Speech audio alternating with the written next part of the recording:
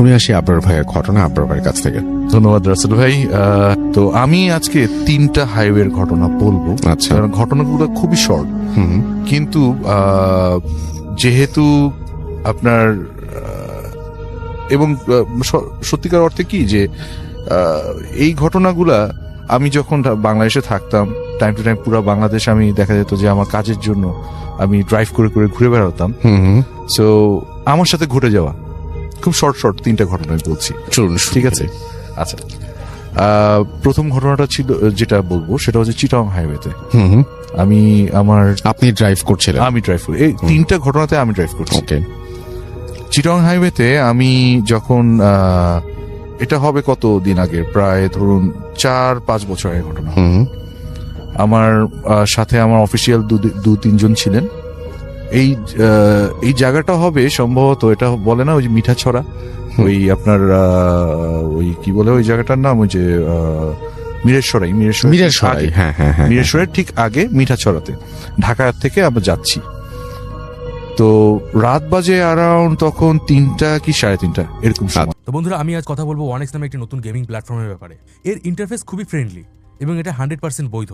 PSG এবং সিরিয়াএ এই অ্যাপের স্পন্সর। আর এটা এমন একটা প্ল্যাটফর্ম যাকে আপনি বিশ্বাস করতে পারবেন। এখানে আমি প্রচুর গেম খেলি, যেমন ক্র্যাশ গেম, যেখানে প্লেন যত উপরে উঠবে আপনি তত টাকা ইনকাম করতে পারবেন। এছাড়া রয়েছে online slot, live match streaming এবং রিয়েল টাইম গেম, যেখানে আপনি আইফোন, ল্যাপটপ এবং বিএমডব্লিউর মতো পুরস্কার জিততে পারবেন। আর এখানে আমার টপিক হিসাবে আমি বেছে নিয়েছি চিকেন রোড। আপনি ওই দ্রুত এবং মজাদার গেমটি খেলতে পারেন। এখানে আপনি খুব সহজে আইপে, ইউপি এবং ব্যাংক ট্রান্সফারের মাধ্যমে আপনার টাকা উত্তোলন করতে পারবেন। আর এখনই যদি আপনি আমার প্রচার কোড ব্যবহার করেন তাহলে পেয়ে যাবেন 30,000 টাকা পর্যন্ত বোনাস এবং বিনামূল্যে স্পিন। তাই অবশ্যই ওয়ানেক্সে রেজিস্টার করুন এবং আজ থেকেই জেতা শুরু করুন। আচ্ছা। তো সবাই গাড়ির ভিতরে যে বাকিরা আছে সবাই ঘুমাচ্ছে, পাশে আমার ড্রাইভার বসে আছে, আমি গাড়ি চালাচ্ছি। আরেকটা জিনিস বলি রাসেল ভাই, আমি হাইওয়েতে যখনই থাকি আমার ড্রাইভারকে কখনো আমি চালাতে দিই না, আমি চালাই। ওকে। তো গাড়িটা ছিল একটা মাইক্রোবাস। তো রাস্তা মোটামুটি খালি ওই সময়টা, কেননা যতগুলা কোচ আছে বা যা আছে সবই আমার আগে। কোন সময়ের ঘটনাটা বলছিলেন যেন? এটা রাত 3টা, না মানে কোন সালের হবে এটা? তাও এটা আনুমানিক 2015 কি এরকম সময় হবে। আচ্ছা, ওকে। 15 কি 14 আচ্ছা এরকম সময় হবে। ওকে ওকে। তো তখন কিন্তু হাইওয়ে কিন্তু এত মানে চওড়াও ছিল না, বা কাজ চলছিল জায়গায় জায়গায় ভাঙা, এবং মিঠাছড়া ওই জায়গাটা কিন্তু ভাঙা ছিল পুরো। তো যখন যাচ্ছি আমি ওই জায়গাটা যখন ক্রস করছি মিঠাছড়ার দিকটা, তখন হঠাৎ দেখতে পেলাম যে অনেকগুলা আপনার শিয়ালের মতো কিছু জিনিস, মানে আমার মনে হলো শিয়াল সাইড থেকে দৌড় দিচ্ছে, দৌড় দিয়ে রাস্তাটা পার হচ্ছে। 3-4টা এরকম গেল। আচ্ছা। যখন ক্রস করছি হঠাৎ করে ওই শিয়ালের মতো একটা আমার উইন্ডশিল্ডের উপর উড়ে এসে পড়লো। আচ্ছা। শিয়াল বা কুকুর কিন্তু কোনো গাড়ির দিকে কিন্তু ঝাঁপ দেয় না, কিন্তু ওরকম একটা জিনিস আমার উইন্ডশিল্ডে এসে হিট করলো। বিকট শব্দ, সবার ঘুম ভেঙে গেছে। আমি আর গাড়িটা থামাচ্ছি না, দেখলাম যে আমার গ্লাস ফাটে নাই, কিছু হয় নাই। আরো কিছু দূর গিয়ে একটা পেট্রোল পাম্প পেলাম, ওখানে রাখলাম, নামলাম, চেক করে দেখি উইন্ডশিল্ডে কোনো দাগ নেই, কিছু না, কোনো স্ক্র্যাচ নেই, কিছু নেই, কোনো রক্তও নেই। ওটা যে লাগলো, লেগে কোথায় গেল আমি কিছুই বুঝলাম না। আচ্ছা, ঠিক আছে। জি। এটা ছিল চিটাগং হাইওয়ে। আর আপনি ওই মুহূর্তে কি করলেন আসলে? যখন আই ওয়াজ শিভারিং। আমি কখনো রাস্তাঘাটে কোনো পশু পাখি মরুক এটা আমি চাই না। আমার ভিতর তখন ভূতের ব্যাপারটা কাজ করছিল না, আমার ভিতর কাজ করছিল যে খারাপ লাগা, এটা যে আমি কিছু মেরে ফেললাম কিনা। কিন্তু সত্যিকার অর্থে ওরকম কিছু মনে হয় না আমি মেরেছি। কারণ শিয়াল বা কুকুর কখনো ঝাঁপ দিবে না আপনার গাড়ির সামনে, বা উইন্ডশিল্ড পর্যন্ত জাম দিবেই না। সেটাই তো ইট ওয়াজ, আমি বিশ্বাস করি এটা অন্য কিছু ছিল। আচ্ছা আচ্ছা। আরেকটা ঘটনা যেটা, এটা হচ্ছে নাটোর থেকে পাবনার দিকে, ঈশ্বরদীর দিকে যাচ্ছি। আপনি সমস্ত বাংলাদেশ ঘুরেছেন তার মানে? আচ্ছা।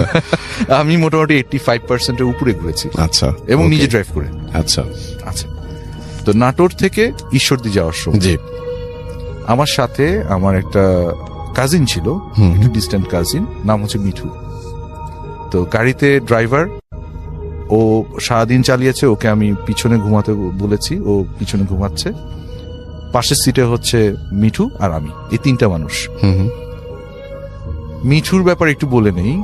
মিঠু এমন একটা মানুষ, অনেকে বিশ্বাস করে ব্যাপারটা, এটা হচ্ছে যে তুলা রাশির মানুষ। ফার্স্ট অফ অল আর দ্বিতীয়ত হচ্ছে যে সে ছোটবেলা থেকে কোনো এক তান্ত্রিক জি তাকে নিয়ে কিছু হেল্প নিত, জি এবং প্যারানর্মাল অ্যাক্টিভিটির অনেক কিছু মিঠু জানে এবং ও বুঝতে পারে। জি ফর এক্সাম্পল, আমরা হয়তো বা আমাদের আশেপাশে অনেক এন্টিটিস থাকে কিন্তু আমরা কিন্তু দেখতে পারি না, জি অনেক সময় হয়তো ফিল করি। আজকের এই ইমেল এপিসোডটি অনেক ভয়ঙ্কর হতে যাচ্ছে। যারা প্রতিদিনকে ভালোবাসেন এবং প্রতিদিন শুনতে ভালোবাসেন, তাদের জন্য আজকে আমার এই ঘটনাগুলো, কেননা আজকের ঘটনাগুলো অনেক ভয়ঙ্কর হতে যাচ্ছে এবং এই ঘটনাগুলো কিন্তু বাছাই করে আপনাদের সামনে তুলে ধরা হয়েছে। যদি আপনারা এইরকম ভয়ঙ্কর ইমেল এপিসোড শুনতে চান তাহলে অবশ্যই এই চ্যানেলটিকে সাবস্ক্রাইব করবেন। চলুন আমরা সেই ভয়ঙ্কর ঘটনাগুলো শুনে আসি। কিন্তু মিঠুর একটা মজার ব্যাপার হচ্ছে, ওর আশেপাশে যদি কিছু থাকে সেটা সে দেখে। হুম হুম তো সেই জিনিসটা আমি আগে থেকে জানতাম। তো গাড়ি চালাচ্ছি, ও আমার সাথে গল্প করছে, আমাকে বলে, ভাই দেখছেন কিরকম ফাজিল জিনিসটা? আমি মানে বলে যে আপনার গাড়ির সাথে সাথে দৌড়াচ্ছে আপনার জানলা ধরে। ভয় লাগার কথা ভীষণ। আমার জানলা ধরে, জানলা উঠানো, এসি চলছে হ্যাঁ, ভিতরে, হ্যাঁ, হ্যাঁ। বলে যে গাড়ির সাথে সাথে দৌড়াচ্ছে আপনার জানলা ধরে, আপনার গাড়ি 60-70 কিলোমিটার স্পিডে চলছে। হুম হুম এইটাই তো কোনো মানুষ দৌড়াতে পারে না। আর দেখেন আমার দিকে তাকায় তাকায় খালি হাসছে। আচ্ছা, আপনি কি বললেন? আমি ডান দিকে তাকাই না, আচ্ছা আমি আর জানলার দিকে তাকাই না, আমি চালাচ্ছি সামনে, বরং আরো স্পিড কমিয়ে দিলাম। আচ্ছা কমিয়ে দিয়ে আমি চালাচ্ছি মোটামুটি 4-5 কিলোমিটার আসার পর মিঠু বলছে, গেছে ভাই। আমি, কি ছিল? বলে যে এটা একটা ফাজিল রকমের একটা জিন ছিল এবং আমাকে দেখে সে মানে এখন আমার সাথে তামসা করছিল। তা আমি বললাম, আমি তো দেখলাম না, বা আমাকে তো কোনো কিছু ফিল করালো না। বলে যে আপনাকে করবে না। এটা ছিল দ্বিতীয় ঘটনা। তৃতীয় ঘটনায় চলে যাই। আচ্ছা তৃতীয় ঘটনাটা ছিল ঢাকা থেকে সিরাজগঞ্জ যাচ্ছি। হুম হুম এটা হচ্ছে টাঙ্গাইলের মাঝামাঝি জায়গাটা। আচ্ছা রাত হবে তখন 1:30-2টা এরকম সময়। হুম। ঠিক আছে, হুম হুম যাওয়ার সময় একটা মানে ওই তখন তো রাস্তাগুলো অনেক মানে সরু ছিল, মানে জি 2 লেনের রাস্তা, হুম, একটা হুম, দিয়ে আসে আর একটা দিয়ে যায়। তো ওই অবস্থায় যখন ওই টাঙ্গাইলের ওই পয়েন্টে যখন আমরা যাচ্ছি, আমি দূর থেকে দেখলাম একটা মহিলার মতো শাড়ি পরা, সাদা শাড়ি পরা, ঘোমটা টেনে হুম হুম গুজা হয়ে, আমি যেদিক দিয়ে যাব ঠিক ওটার মাঝখানে সে বসে আছে। আমার থেকে ধরেন মোটামুটি কত হবে আপনার, ধরেন 50 গজ দূরে আছে বা 60 গজ দূরে আছে, এরকম আচ্ছা বসে আছে রাস্তার মাঝখানে, 1:30টার দিকে, গ্রামের রাস্তা, আচ্ছা হাইওয়েতে। উল্টা দিক দিয়ে একটা ট্রাক আসছে। হুম হুম আমার মাথায় কাজ করলো যে এত রাত্রে তো মানুষ বসে থাকবে না, ওকে হয় আমার কাটায় যেতে হবে, ডান দিকে কাটায় যেতে হবে, তখন হয়তো ট্রাকের সাথে আমার একটা কোলিশন হতে পারে।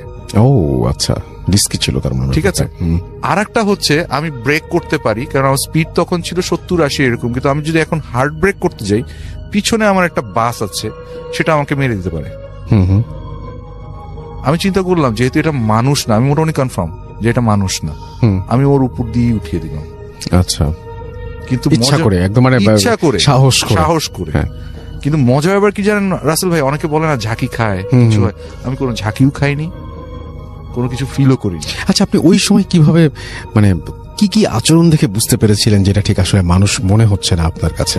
আজ থেকে প্রায় অনেক বছর আগে হুম আমি যে ড্রাইভারের কাছ থেকে ড্রাইভিং শিখেছিলাম, আমি 26 বছর আগে ড্রাইভিং শিখেছি, হুম। খুব অল্প বয়সে। আমাকে সে একটা জিনিস বলছিল যে ভাই যাই করেন তাই করেন, রাস্তার ভিতরে রাত বিরাতে যদি কখনো কিছু দেখেন, সেটা মানুষ হোক বা পশু হোক, যাই হোক, হুম আপনি নিজেকে বাঁচাবেন, দরকার হলে উপর দিয়ে উঠিয়ে দিবেন। ওটা Oh my God. কখনোই সেটা কোনো ভালো জিনিস হবে না। আচ্ছা, কারণ হচ্ছে ভালো জিনিস যদি মানুষ যদি হয়, সে হয় চোর ডাকাত কিছু একটা হবে আপনার গাড়ি থামানোর জন্য। আর যদি অন্যরকম সাসপিশিয়াস কিছু হয়ে থাকে, অবশ্যই এন্টিটি হবে। তো আমার ধারণা ছিল ওটা একটা জিন, আচ্ছা, যে কারণে আমি চালিয়ে গেছি। ওকে। কোনো ধাক্কাও খাইনি, কোনো কিছু ফিলও করিনি, কোনো ঝাঁকিও নেই, ইভেন ব্যাক মিররেও আর দেখিনি, কারণ ব্যাক মিররে দেখতে গেলে হয়তো আমি ডিস্ট্রাক্টেড হব। ওকে ওকে, তো এই ছিল 3টা ঘটনা হাইওয়ে নিয়ে। Thank you so much. আমরা চলে যাব আমাদের পরবর্তী অতিথির কাছে। আপনার নামটা প্লিজ একটু বলবেন, আপনি কোথা থেকে এসেছেন সেটা বলবেন, তারপরে আপনার ঘটনায় যাব। প্রিয় লিসেনার্স, আমাদের একজন তরুণ ঘটনা সংগ্রাহক যার নাম মোহাম্মদ তাহমিদ, তার কথা নিশ্চয়ই আপনাদের মনে আছে। ইতোমধ্যে অসংখ্য দারুণ দারুণ ভয়ের ঘটনা পাঠিয়ে আপনাদের মন জয় করেছেন। যার বাড়ি বাগেরহাট জেলার মোরেলগঞ্জ উপজেলার তেলিগাতি ইউনিয়নের তেলিগাতি গ্রামে। চলুন এবার তার একটি ঘটনা আপনাদের সামনে উপস্থাপন করি।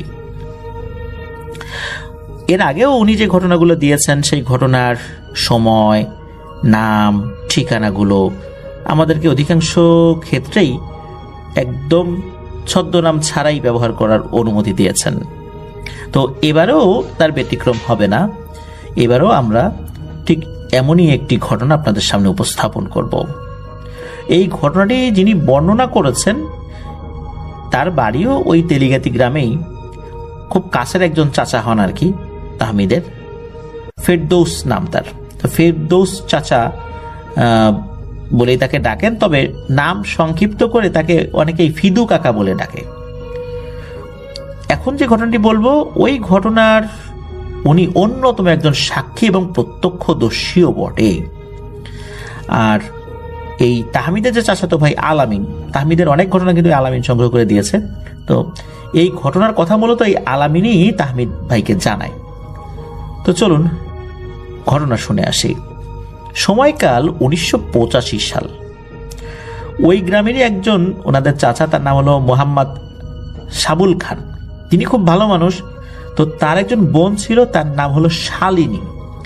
এই শালিনী ফুপুকে 1985 সালে বিয়ে দেয়া হয়।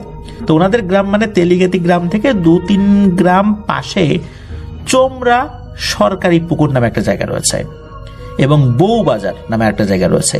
এই 2 গ্রামের মাঝখানে একটা ফাঁকা জায়গার মতো রয়েছে, সেখানে কয়েকটি বাড়ি রয়েছে। তার মধ্যে একটি বাড়িতে এই শালিনী ফুপুর বিয়ে দেওয়া হয়। এই শালিনী ফুপুকে যার সাথে বিয়ে দেওয়া হয় তার নাম মোহাম্মদ আব্দুল মজিদ। তো এই আব্দুল মজিদ উনিও খুব ভালো একজন মানুষ। মানে খুব ভালোভাবেই শালিনী ফুপুর সাথে বিয়ে শাদী সম্পন্ন হয়ে যায় কোনো ধরনের কোনো সমস্যা ছাড়াই। কিন্তু বিয়ে হয়ে যাওয়ার পরেই শুরু হয় এক মহা মুসিবত।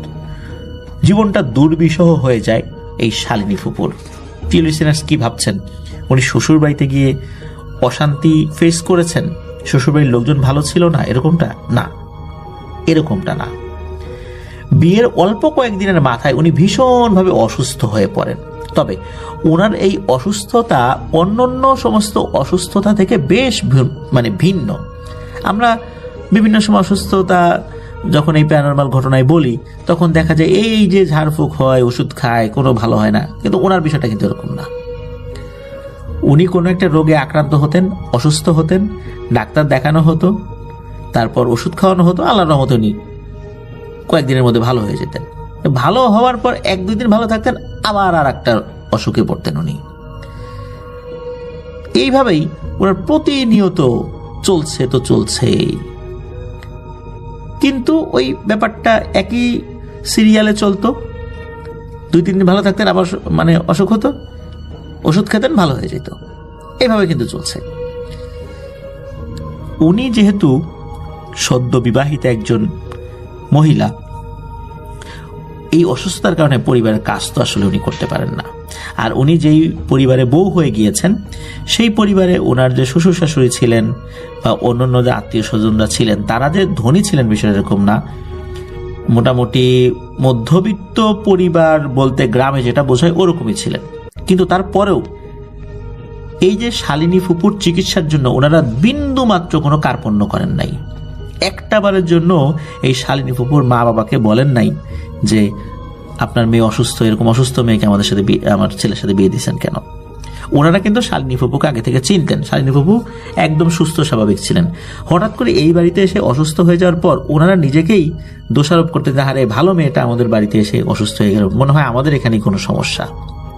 তো ওনারা এটাও বলতেন যে এই মেয়ে যদি আমাদের হতো, আর একটা শ্বশুর বাড়িতে তাকে বিয়ে দেওয়ার পর যদি আরেকটা বাড়িতে গিয়ে বা তার শ্বশুর বাড়িতে গিয়ে এই ধরনের অসুস্থ হয়ে যেত, তাহলে এই মেয়েটাকে না জানে কত কথা শোনাইতো।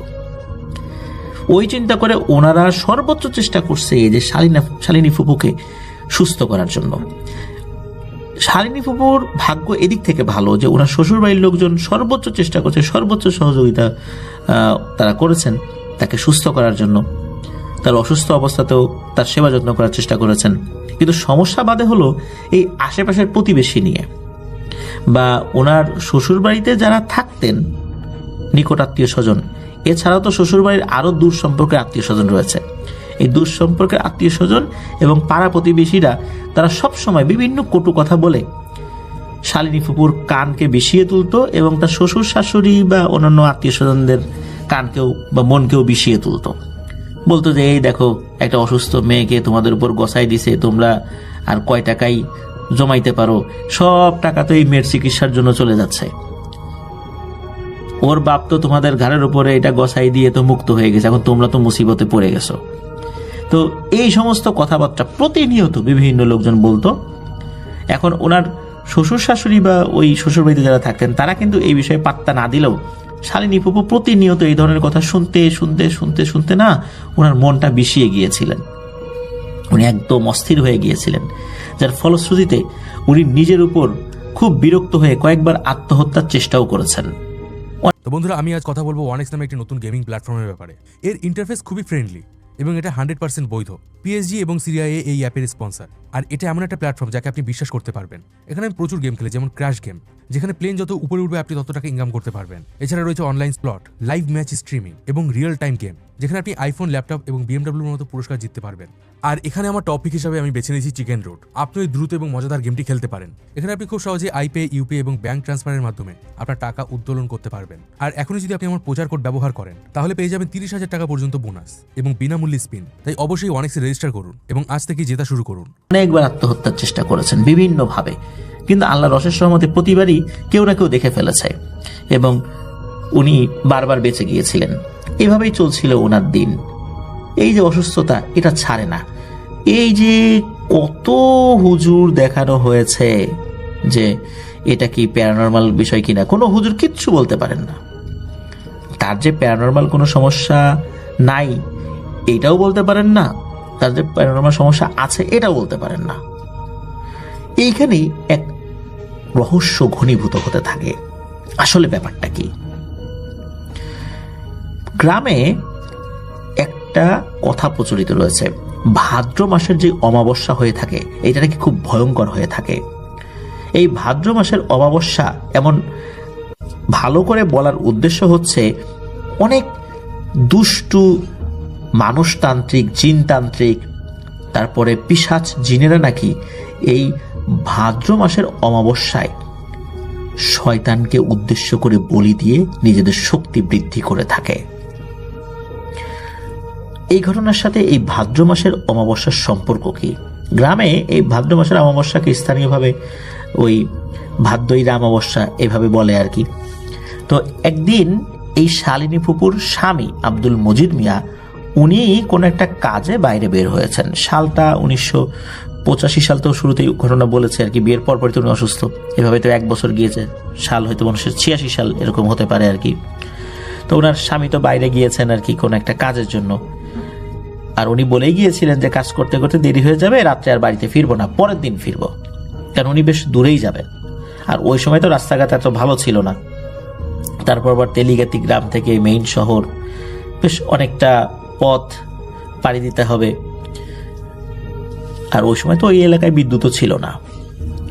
আর শালিনী ফুপুর সমস্যাটা তো এটা প্যারানর্মাল কোনো সমস্যা না, এটা সবাই বুঝতে পেরেছে, কারণ কোনো হুজুর তো এই বিষয়ে যে প্যারানর্মালের কোনো টাচ রয়েছে এই বিষয়ে বলতে পারেন নাই। তো যার কারণে তারা এটাকে অ্যাজ ইউজুয়াল অসুস্থতা থাকে না, কিছু মানুষের সবসময় 12 মাস রোগ থাকে, মনে করছে ওইরকম কিছু একটা হবে আর কি। তো এই যে আব্দুল মজিদ মিয়া উনি তো পরন্ত বিকেল যখন হয়ে যায় তখন তো বুঝতে পারছেন আর তো আসতে পারবেন না, যদিও চেষ্টা করেছেন আসার জন্য, বাড়ি থেকে বলে আসছিলেন। তো যাই হোক, ওই রাত্রে এই ভাদ্র মাসের অমাবস্যার আধারে পুরো আকাশ কিন্তু ছেয়ে যায়, নেমে আসে ঘোর অন্ধকার।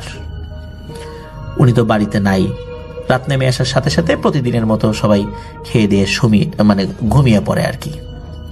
তো শালিনী ফুপু উনি খাওয়া দাওয়া করে ঘুমিয়ে পড়েছেন। আর ওনার কিন্তু শুধু এই অসুস্থতা ছাড়া কোনো কথাবার্তায় কোনো অসংলগ্নতা ছিল না, কোনো পাগলামি ছিল না, তারপর শিকল দিয়ে বেঁধে রাখার এই যে ব্যাপারগুলো, এগুলো কিচ্ছু ছিল না। কেউ দেখে বিশ্বাসই করবে না ওনার প্যারানরমাল কোনো সমস্যা আছে কি নাই, সবাই বলবে উনি একদম স্বাভাবিক। তো শালিনী ফুপু খাওয়া দাওয়া করে উনি ওনার ঘরে ঘুমিয়ে পড়েছেন। অনেক রাত্রে হঠাৎ করে মনে হলো শালিনী ফুপুর ঘরের দরজা ওই ঠক ঠক করে একটু শব্দ হলো, মানে খুলে গেল আর কি। তো বাড়ির অন্য সদস্যরা মনে করেছেন হয়তো বা উনি ওয়াশরুমে যাওয়ার জন্য বাইরে বের হয়েছেন, যেহেতু গ্রামের ওয়াশরুমগুলো ঘরের বাইরে থাকে।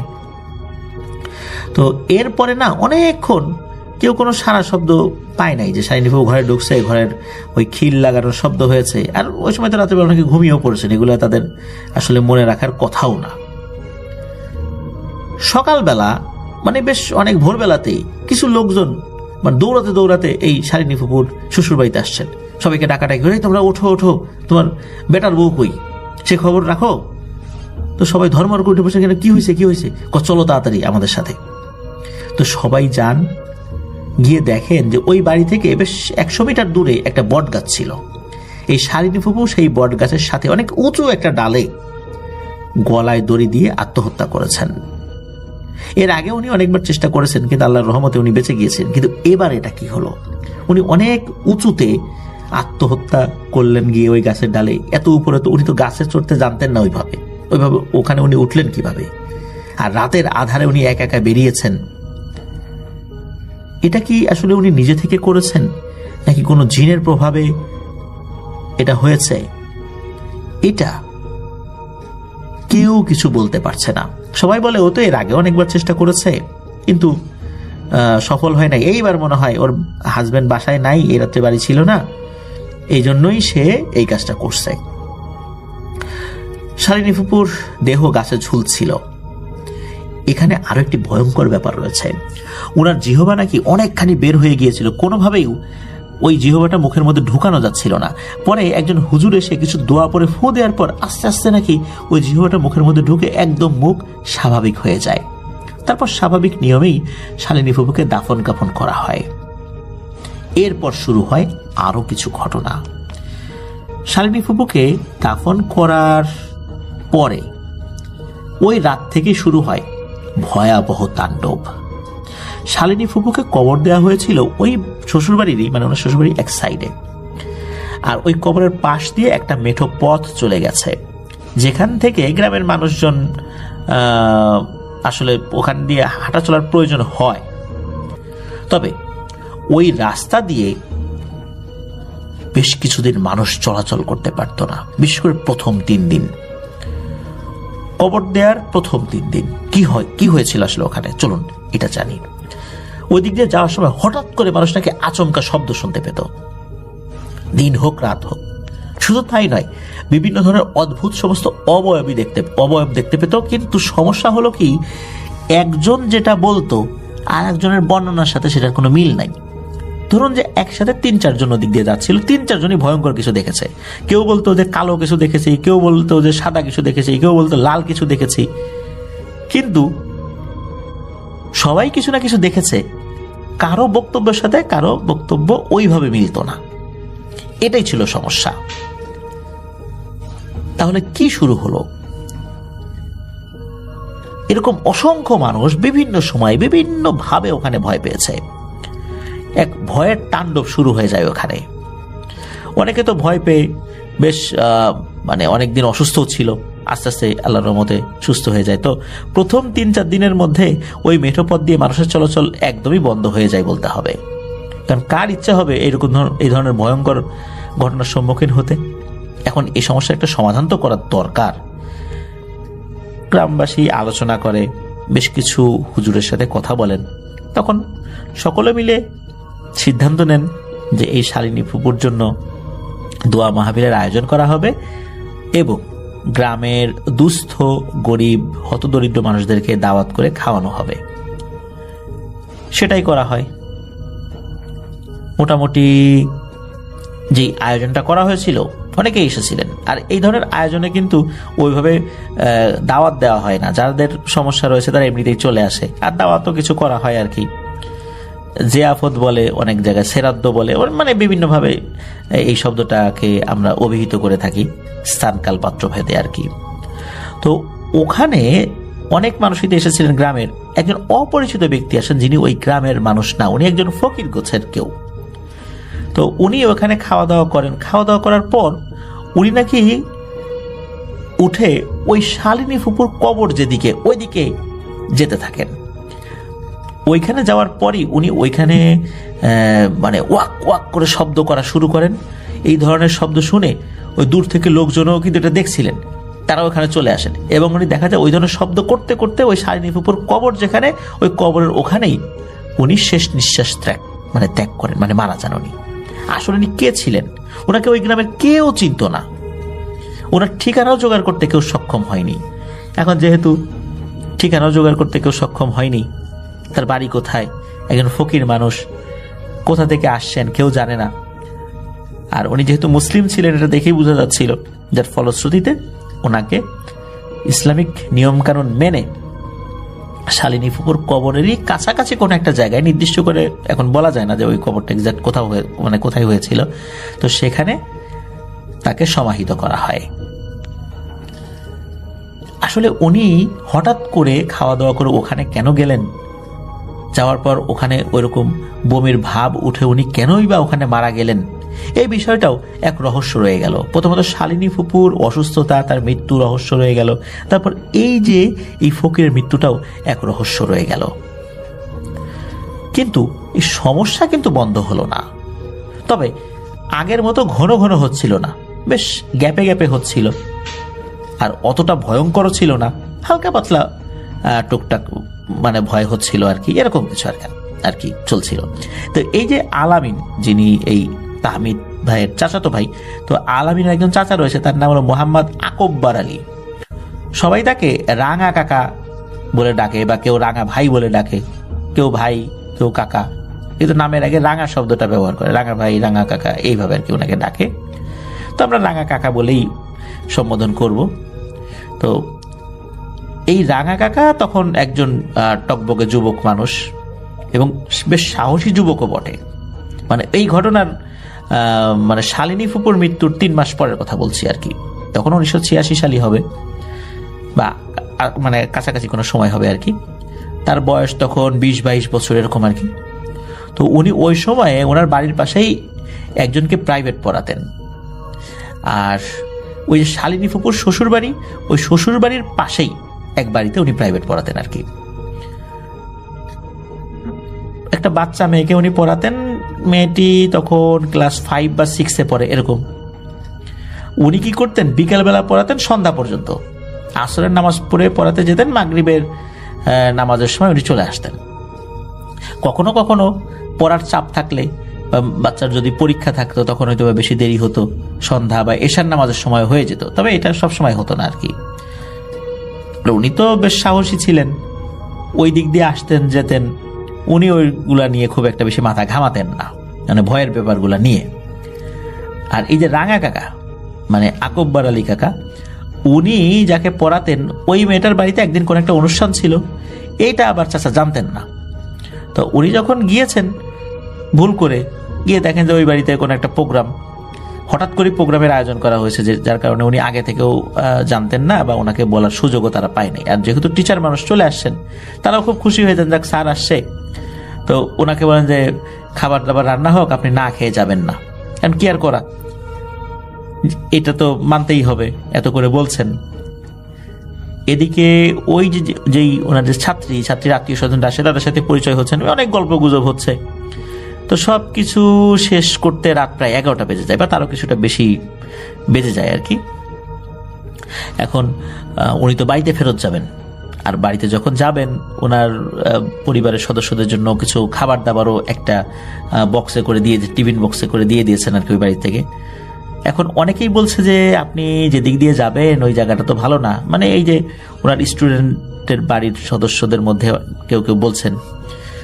তারপরে এরপরে যখন ওই গেস্ট আসেন, তারাও এই নিষেধ করার কারণ বা কেন ভালো না জিজ্ঞেস করছেন আর কি, তখন তারাও যখন শুনলেন তখন ওই স্যারকে বললেন যে স্যার আপনি একটা কাজ করে আজকে থেকে যান, আমরা তো গেস্টরা আসছি, গল্প করতে করতে কাটাই দেবো রাতটা। উনি বলেন যে না, এটা কিভাবে হয়, আমার বাড়ি তো খুব বেশি দূর না, চলে যাই। আর আপনারা যে ভয়ের কথা বলতেছেন ওগুলা আমার আসলে মাথার ভিতরে কাজ করে না, ওগুলোতে আমি ভয়ই পাই না। যখন সবাই দেখলো যে না উনি এই বিষয়ে খুব একটা আগ্রহ দেখাচ্ছেন না, ঠিক আছে যাক, তো উনিও রওনা দিয়েছেন আর কি। এখন উনি তো রওনা দিয়েছেন, কিন্তু সবার কথা শুনে, মানে একটু ভয়ের কথা শুনে ওনার মনের ভিতরে কিন্তু একটা খুচখুচানি হচ্ছিল যে না জানি আবার কোন বিপদে পড়ি কিনা, কারণ গ্রামের বহু লোকই তো এই বিপদে পড়ছে। উনি না হয় পড়েন নাই, উনি সাহস দেখান, তো উনি তো হেঁটে আগাচ্ছেন, মনের মধ্যে ভয় কিন্তু কিছুটা কাজ করছে। রাত তখন 12টা প্লাস হয়ে গেছে, চারদিকে শুনশান নীরবতা। মাটির রাস্তা ধরে উনি এগিয়ে চলছেন এক পা এক পা করে, আর একাধারে পড়ে যাচ্ছেন আয়াতুল কুরসি, দুরূদ শরীফ, এটা কিন্তু পড়েই যাচ্ছেন। হঠাৎ করে উনি দেখতে পান যে ওই যে কবর, শালিনী ফুপুর কবর, ওটার কাছাকাছি চলে আসছেন। আর ওই কবরের একটা সাইড থেকে মনে হলো সাদা কাপড় পরা একটা বৃদ্ধা মহিলা বের হলো। আমরা নামাজের সময় রুকুতে গেলে যেভাবে আমরা ঝুঁকে থাকি, মনে হচ্ছে ওই মহিলাটা বয়সের ভারে ওইভাবে ঝুঁকে রয়েছে। সাদা চকচকে একটা শাড়ি পরা, অন্ধকারের মধ্যেও শাড়িটা বেশ চকচক করছে, হাতে একটা লাঠি রয়েছে, আর রাস্তাটা শুকনা ছিল। উনি যখন লাঠি নিয়ে এগিয়ে আসছিলেন, ইচ্ছা করে মনে হচ্ছে ঠক ঠক ঠক ঠক শব্দ করছে। শব্দটা বেশ আওয়াজ আকারে কানে এসে লাগছিল আর কি ওনার, এই রাঙা কাকার। চারদিকে শুনশান নীরবতা হওয়ার কারণে মনে হচ্ছিল এই আওয়াজটা আরো বেশি কানে লাগছে। আর হ্যাঁ, ওইভাবে ওই কুজো হয়ে থাকার কারণে ওনার মুখটা কিন্তু ওইভাবে দেখা যাচ্ছিল না। আর আমরা যদি নাক চেপে ধরে কথা বলি, কেমন নেকো নেকো সুরে কথা হয় না, তো ওরকম করে হঠাৎ করে নাকি বলে ওঠে, হ্যাঁ রে রাঙা আমি কোন পথ দিয়ে যাব, হ্যাঁ রে রাঙা আমি কোন পথ দিয়ে যাব, এইভাবে 2 বার বলে। আর ওই বৃদ্ধা মহিলাকে দেখে রাঙা চাচা তো বুঝতে পারছেন যে এই জায়গায় এসে সবাই পায় ভয়, ওই কবরের ওই পাশ থেকে এই বুড়ি মহিলা বের হয়ে আসছে, এইটা তো স্বাভাবিক কিছু না। আর উনি তো বেশ সাহসী, এবং অনেকে আবার যখন ওই ওনার স্টুডেন্টের বাড়ি থেকে রওনা দেয়, সবাই আবার মানে বলে দিয়েছিল কখনো যদি ভয় পাওই সাহস হারাবা না, সাহস দেখাবা। তো উনি আবার অতিমাত্রায় সাহস দেখাতে গিয়ে করেছেন কি, উনি ওই বৃদ্ধা মহিলাকে বলছেন, কো বুড়ি তুমি আমার কিচ্ছু করতে পারবা না, এই বলে ওনার বাম হাতের বৃদ্ধাঙ্গুলি দেখাচ্ছে যে তুমি আমার কিচ্ছু করতে পারবা না। এরপরে উনি হাঁটা দিয়েছেন। তখন পিছন দিকে আবার তাকান, তাকিয়ে দেখেন ওই যে বৃদ্ধা মহিলা, সে ওরকম ঠক ঠক ঠক করতে করতে ওনার পিছনে পিছনে হেঁটে আসছে। তো ঘুরে যখন তাকিয়ে দেখেন যে ওই বৃদ্ধা মহিলাও হেঁটে আসছে, তখন আবার বলে, ও বুড়ি তুমি আমার চেনো নাই, আমি কিন্তু অন্য 8-10 জন মানুষের মতো না, তুমি কিন্তু আমার কিচ্ছু করতে পারবা না, তুমি আমাকে ভয় দেখাইতে পারবা না। এইভাবে তুচ্ছ তাচ্ছিল্য করে বেশ রসিকতা করতেছে, কিন্তু উনি কিন্তু জানে যে এইটা কোনো স্বাভাবিক মানুষ না। হঠাৎ করে ওই বৃদ্ধা মহিলা বলে ওঠে, ও তাই না, আমি কিচ্ছু করতে পারবো না, আচ্ছা চল আগা। এদিকে রাঙা চাচা তো এগিয়ে যাচ্ছেন, পিছন থেকে ঠক ঠক শব্দ কিন্তু হচ্ছে, ওই বৃদ্ধা মহিলা কিন্তু আসছে। হঠাৎ করে রাঙা চাচার কাছে মনে হলো ওনার চোখ যত দূর যায়, যে গাছপালা বা আশেপাশে যে গাছপালাগুলো রয়েছে, কোনো বাতাস ছাড়াই মনে হচ্ছে দুমড়ে মুচড়ে ভেঙে যাচ্ছে, এমন একটা অবস্থা। আর রাতটা এমন ছিল যে পূর্ণিমা হয়তো একদিন আগে পরে হয়েছে আর কি, এই জন্য চাঁদের আলো অতটা না থাকলেও কমও ছিল না, মোটামুটি পরিষ্কারই দেখা যাচ্ছিল। আর ওই চাঁদের আলোতে আর চারদিকে শুনশান নীরবতা সবকিছু মিলিয়ে এক ভয়ঙ্কর রূপ নিয়েছিল, যখন গাছপালাগুলো মনে হচ্ছিল ভেঙে চলে চুরমার হয়ে যাচ্ছে। উনি তো বাড়ির পথে জোরে জোরে হাঁটতে থাকেন, আর ওই যে বৃদ্ধা মহিলা সেও কিন্তু ঠক ঠক করতে করতে তার পিছন পিছন চলছে, পিছ কিন্তু ছাড়ছে না। আর ওই যে কিছু লোক বলে গিয়েছে যে সাহস ধরে রাখবা, উনি আবার পিছন দিকে ঘুরে যখন দেখেন যে ওই বৃদ্ধা মহিলা হেঁটে আসে, আবার উনি বলেন, ও বুড়ি তুমি তো আমার কিচ্ছু করতে পারবে না। কিন্তু আসলে উনি মনে মনে খুব ভয় পাচ্ছিলেন এবং ওনার সাহস আস্তে আস্তে কমছিল। আর মাঝে মাঝে আবার ওই বৃদ্ধা মহিলা বলছিল, ও তাই না, কিচ্ছু করতে পারবো না রে, কি বলিস রে, চল চল আগা, বাড়ির দিকে যা। তো উনি তো আগাচ্ছেন, বেশ অনেকটা পথ এগিয়ে আসছেন, আর ওই যে বৃদ্ধা মহিলা কিন্তু তার পেছন পেছন এগিয়ে আসছে।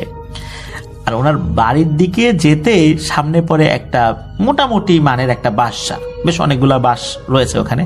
তো উনি যখন ওই বাঁশঝাড়ের কাছে পৌঁছেছেন, উনি দেখেন যে আরে এই বাঁশঝাড়ের বাঁশ গেল কই, একটা বাঁশও তো সোজা হওয়া না, সবগুলো বাঁশ মনে হচ্ছে মাটির সাথে লেপ্টে আছে, একটা বাঁশও সোজা না। আমরা সাধারণত এই ধরনের ঘটনায় দেখি যে একটা দুটা বাঁশ লেপ্টে আছে, কিন্তু না, ওই বাঁশের সবগুলো বাঁশ মাটির উপর লেপ্টে আছে। উনি তো জানেন যে এই বাঁশ যদি এখন আমি পার হতে যাই তাহলে কি অবস্থা হবে। তো ওই বাঁশের কাছাকাছি একটা লোকের বাড়ি আছে, সেই লোকের নাম হলো মণি। তো এখন ওই মনির বাড়ির পাশ দিয়ে যাওয়ার একটা রাস্তা রয়েছে, ওই বাঁশের ভিতরে না ঢুকলে আর একটা পথ রয়েছে, সেটা বেশ অনেকটা ঘুরে যেতে হবে। আর উপায় আর একটা, সেটা হলো এই বাঁশের উপর দিয়ে যেতে হবে। কিন্তু উনি তো জানেন যখনই উনি একটা বাঁশের উপর পা দিবেন সাথে সাথে বাঁশগুলো সোজা হয়ে যাবে, এটা তো উনি জানতেন। তো উনি চিন্তা করলেন যে মেঠো পথ ধরে যাব কি না। এখন মেঠো পথের ওখানে তো আবার রয়েছে খাল, তো ওই খালের ওপারে আবার কয়েকটা হিন্দু পরিবারের বসবাস ছিল, ওইখানে আবার একটা শ্মশান ছিল। তো বন্ধুরা, আমি আজ কথা বলবো 1x নামে একটি নতুন গেমিং প্ল্যাটফর্মের ব্যাপারে। এর ইন্টারফেস খুবই ফ্রেন্ডলি এবং এটা 100% বৈধ। পিএসজি এবং সিরিয়াএ এই অ্যাপের স্পন্সর, আর এটা এমন একটা প্ল্যাটফর্ম যাকে আপনি বিশ্বাস করতে পারবেন। এখানে আমি প্রচুর গেম খেলি, যেমন ক্র্যাশ গেম, যেখানে প্লেন যত উপরে উঠবে আপনি তত টাকা ইনকাম করতে পারবেন। এছাড়া রয়েছে online slot, live match streaming এবং রিয়েল টাইম গেম, যেখানে আপনি আইফোন, ল্যাপটপ এবং বিএমডব্লিউর মতো পুরস্কার জিততে পারবেন। আর এখানে আমার টপিক হিসাবে আমি বেছে নিয়েছি চিকেন রোড। আপনি ওই দ্রুত এবং মজাদার গেমটি খেলতে পারেন। এখানে আপনি খুব সহজে আইপে, ইউপি এবং ব্যাংক ট্রান্সফারের মাধ্যমে আপনার টাকা উত্তোলন করতে পারবেন। আর এখনই যদি আপনি আমার প্রচার কোড ব্যবহার করেন তাহলে পেয়ে যাবেন 30,000 টাকা পর্যন্ত বোনাস এবং বিনামূল্যে স্পিন। তাই অবশ্যই 1xে রেজিস্টার করুন এবং আজ থেকে জেতা শুরু করুন। তো ওই দিক দিয়ে আবার ঘুরে যেতে হবে। উনি চিন্তা করলেন যে সর্বনাশ, ওই পথটা তো আরো ভয়ঙ্কর। প্রিয় লিসেনার্স, আমরা কিছুদিন আগে তাহমিদের পাঠানো একটি ঘটনার নাম হলো ঘেনু।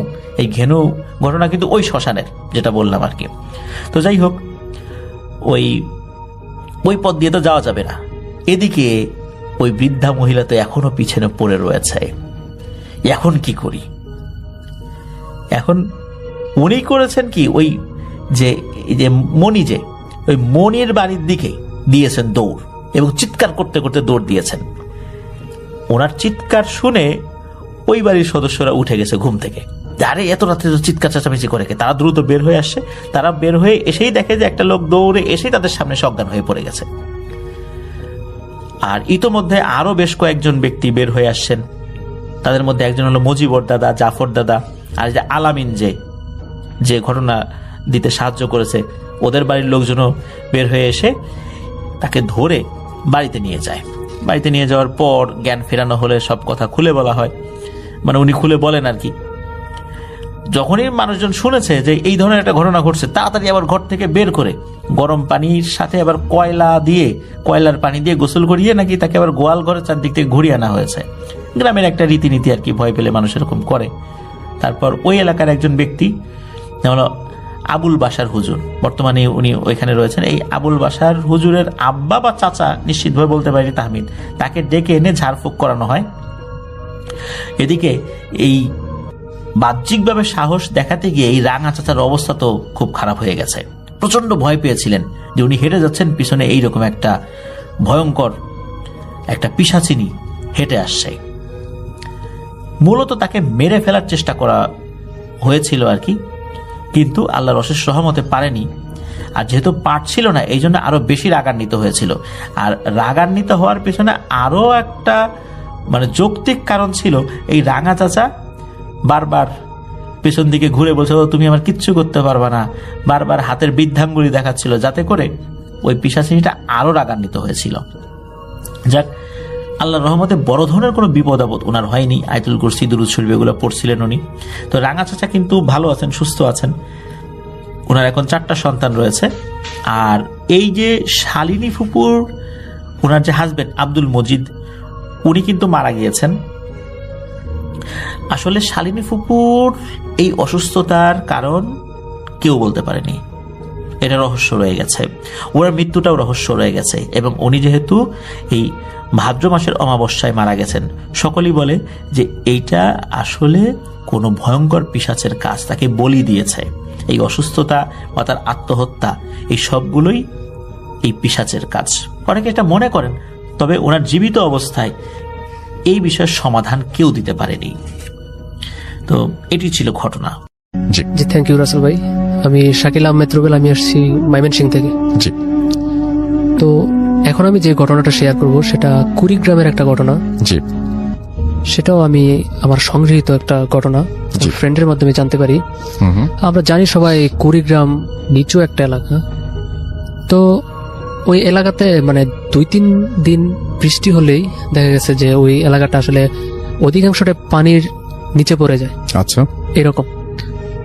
তো যার ঘটনা আসলে ও ছিল একটা ছেলে, ওর বয়সটা ছিল 17 থেকে 18 বছর এরকম হবে। হুম হুম তো ওই এলাকাতে যেটা ও পছন্দ করতো সেটা হচ্ছে বৃষ্টি পড়লে মাছ ধরাটা অনেক পছন্দ করতো। হুম হুম তো একদিন বৃষ্টি হওয়ার পরে অনেক অংশই তাদের এলাকার পানির নিচে চলে যায়।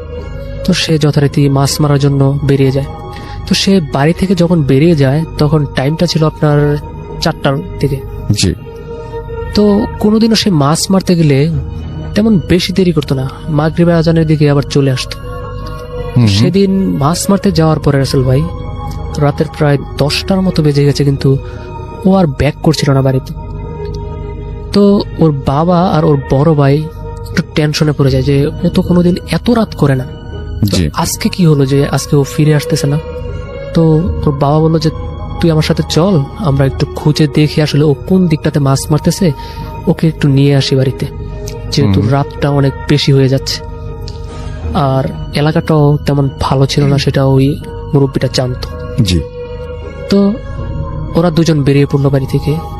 তো ওদের বাড়ির 3টা সাইড তারা পুরোটাই খোঁজাখুঁজি করে, কোনো একটা সাইটেও ওরা ওকে খুঁজে পায় না। হুম হুম যেই একটা সাইড তারা খুঁজতে যায়নি সেই সাইডটা ছিল অনেকটা ভয়ঙ্কর।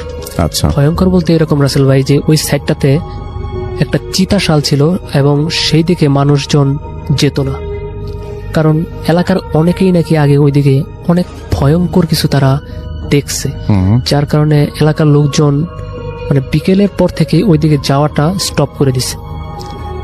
তো একটা সাইড তাদের বাকি আছে, তারা দুজন যে ওই সাইডটাতে খুঁজতে যাবে সেটার জন্য তারা ভয় পাচ্ছিলেন যে আমরা যে যাবো ওইদিকে আসলে আমাদের সাথেও তো ওইরকম প্যারানর্মাল টাইপের কিছু হতে পারে।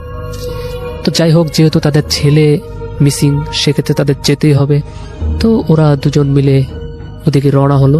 জি তো যেতে যেতে অনেকটা যায়, কোনো দিকে খুঁজে পাচ্ছিল না। তো এক পর্যায়ে ওই চিতাশালের কাছে যায়। জি যাওয়ার পরে যেটা দেখলো রাসেল ভাই যে ওই ছেলেটা প্রায় চিতাশালের কাছাকাছি একটা জায়গার মধ্যে উল্টো হয়ে দাঁড়িয়ে আছে। হুম তো ওরা দেখে দূর থেকে ওকে ডাক দিল। জ্যোৎস্না রাত ছিল, রাসেল ভাই দেখা যাচ্ছিল, বুঝতে পারছিল যে ওদের ফ্যামিলিরই একজন যাকে খুঁজতেছিল সেই। তো ডাক দিল, 4-5টা ডাক দেওয়ার পরে ও কোনো সারা শব্দ করতেছিল না। তখন ওর ভাই বলতেছে যে এটা কি আমাদের ভাই, এটা কি আমার ভাই রতন নাকি আসলে অন্য কেউ একটা। হুম হুম তো ওর বাবা বললো যে না, তো আমি স্পষ্ট দেখতে পাচ্ছি যে এটা আমাদের রতন, চল আমরা একটু এগিয়ে যাই। তো বললো যে ঠিক আছে তুমি দাঁড়াও, আমি একটু ডাক দিই জোরে। তো ও ওর বাবার চাইতে আরেকটু জোরে ডাক দিল, তারপরও কোনো ওই দিক থেকে কোনো সারা শব্দ আসছিল না। তো তারা দুজন এক পর্যায়ে পানিতে নেমে যায়। নেমে যাওয়ার পরে আস্তে আস্তে ওই ছেলের কাছে চলে যায়। যাওয়ার পরে দেখলো উল্টো হয়ে ওইদিকে ঘুরে দাঁড়িয়ে আছেন আর কিছু একটা খাচ্ছে বলে মনে হচ্ছে। তো ওরা ডাকতেছে, কাছে একদম কাছে দাঁড়িয়ে ডাকতেছে, তারপরে ও কোনো শব্দ করছিল না। তো যখন ওর গায়ে টাচ করলো তখন সে ঘুরে এদিকে তাকালো। তাকানোর পরে আসলে ওরা দুজন যেটা দেখলো সেটা আসলে একদমই মানে বিশ্বাস করার মতো না, হুম কারণ কোনো মানুষের পক্ষে সম্ভব না যে কাঁচা মাছ চাবিয়ে খাওয়া। তো সেটা দেখলো যে তারা দেখলো যে ও মাছ খাচ্ছে। তো এটা দেখে ওর ভাইটা অনেক ভয় পেয়ে যায়, মানে চিৎকার দেবে এরকম একটা অবস্থা। তো ওর বাবা বলল তুই কোনো কথা বলিস না, তুই এটা আমি দেখতেছি। তো ও বললো যে বাবা এটা কি আমাদের রতন নাকি অন্য কেউ। তো বললো যে না, এটা আমাদের রতন, তুই ভয় পাস না, এটা আসলে এই জায়গাতে হতে পারে। তো কোনো কথা বলিস না, তুই ওকে আমার সাথে ধর, ওকে বাসায় নিয়ে যায়, তারপর অন্য কিছু বোঝা যাবে। তো ওরা দুজন ধরে ওই ছেলেটিকে বাসায় নিয়ে আসে। আনার পর থেকে রাসেল ভাই ওর পাগলামি বেড়ে যায়। ও কারোর সাথে ভালোভাবে কথা বলে না, গালিগালাজ শুরু করে দেয় সবাইকে, উল্টাপাল্টা কথা। আর যদি ওর কথার বিরুদ্ধে কেউ কথা বলে তো ওকে মারধর শুরু করে দেয়, এরকম অবস্থা। আচ্ছা, তো এরকম 2-3 দিন চলার পরে তো ওর গার্ডিয়ান যারা ছিল ওরা ভাবলো যে আসলে বিষয়টা তো নর্মাল না, তো এটার মানে আমাদের এই ঘটনার এগেনস্টে আমাদের কিছু না কিছু পদক্ষেপ নেওয়া দরকার। আচ্ছা, তো ওরা কি করলো, একটা কবিরাজ ডেকে আনলো। তো সেই কবিরাজটা যখন তার কবিরাজি শুরু করলো বাড়িতে এসে, এক পর্যায়ে সেই ছেলেটা অনেক ক্ষিপ্ত হয়ে যায় ওই কবিরাজের প্রতি। তো বললো যে তুই আমার কি কবিরাজি করবি, তুই তো আমার কিচ্ছুই করতে পারবি না। তো এরকম কথা বলতে শুরু করে দেয়। তো কবিরাজও ভয় পেয়ে যায় ওর মানে ব্যবহার দেখে। তো একটা পর্যায়ে কবিরাজ বললো যে ঠিক আছে, আমি দেখতেছি কি করা যায়। তো ও আবার ওর যে দোয়া টোয়া যেগুলো আছে সেগুলো পড়তে থাকে। তো এক পর্যায়ে সেই ছেলেটা লাফ দিয়ে উঠে সেই কবিরাজকে ধরে ওকে মারতে শুরু করে। তো কবিরাজকে মারতে শুরু করার পর কবিরাজ তো ভয় পেয়ে গেল। তো কবিরাজ চলে যায়, যে বললো এটা আসলে আমার দ্বারা সম্ভব না, আপনারা যদি পারেন অন্য কোনো কবিরাজকে ডেকে নিয়ে এসে এটা সলভ করেন, এটা আমার পক্ষে সম্ভব না। তো ওই কবিরাজটা চলে যায়। যাওয়ার পরে রাসেল ভাই যেটা শুরু হয়ে যায় আবার নতুন করে, সেটা হচ্ছে ওর মাছ খাওয়ার প্রতি বিশাল একটা আগ্রহ সৃষ্টি হয়। এবং ওদের বাড়িতে যদি কোনো মাছ নিয়ে আসতো কেউ, সেটা কিনে হোক বা যেখান থেকে আনা হোক, তো সেই মাছগুলো সে জোর করে নিয়ে কাঁচা খেয়ে ফেলতো এরকম। আর দেখা গেছে যে ওদের বাড়িটা যে জায়গায় ছিল সেই জায়গাতে ঘনবসতি ছিল, বাড়ির আশেপাশে আরো অনেকগুলা বাড়ি ছিল। তো যদি ওইসব বাড়িতেও কেউ মাছ নিয়ে আসতো সেটা অটোমেটিক্যালি সে জেনে যেত, যদিও কেউ তাকে বলতো না, তারপরও সে জেনে যেত যে ওই বাড়িতে মাছ নিয়ে আসছে, ও গন্ধ পেত এরকম। তো ওই বাড়িতে চলে যেত, যাওয়ার পরে ওই মাছগুলা ওখান থেকে নিয়ে আসতো, আনার পরে ও খেয়ে ফেলতো কাঁচা। তো যাদের কাছ থেকে মাছ নিয়ে আসতো ওরা আসলে বিষয়টা নিতে পারতেছিল না, যে আমি তো টাকা দিয়ে মাছ কিনতেছি, তো ও কেন এসে এইভাবে জোরাজুরি করে আমাদের মাছ নিয়ে যাবে, খেয়ে ফেলবে, এটা তো আসলে ঠিক না। এক পর্যায়ে ওদের আশেপাশে যারা ছিল সবাই ওর প্রতি অনেকটা বিরক্ত হয়ে গেল। আর যেটা বড় কথা রাসেল ভাই, যদি কেউ তাদেরকে মাছ না দিতে চাইতো ওই ছেলেটাকে, তো ওকে ও মারধর করতো, অনেক মারধর করে ওর কাছ থেকে মাছ নিয়ে আসতো। এরকম শুরু হয়ে যায়।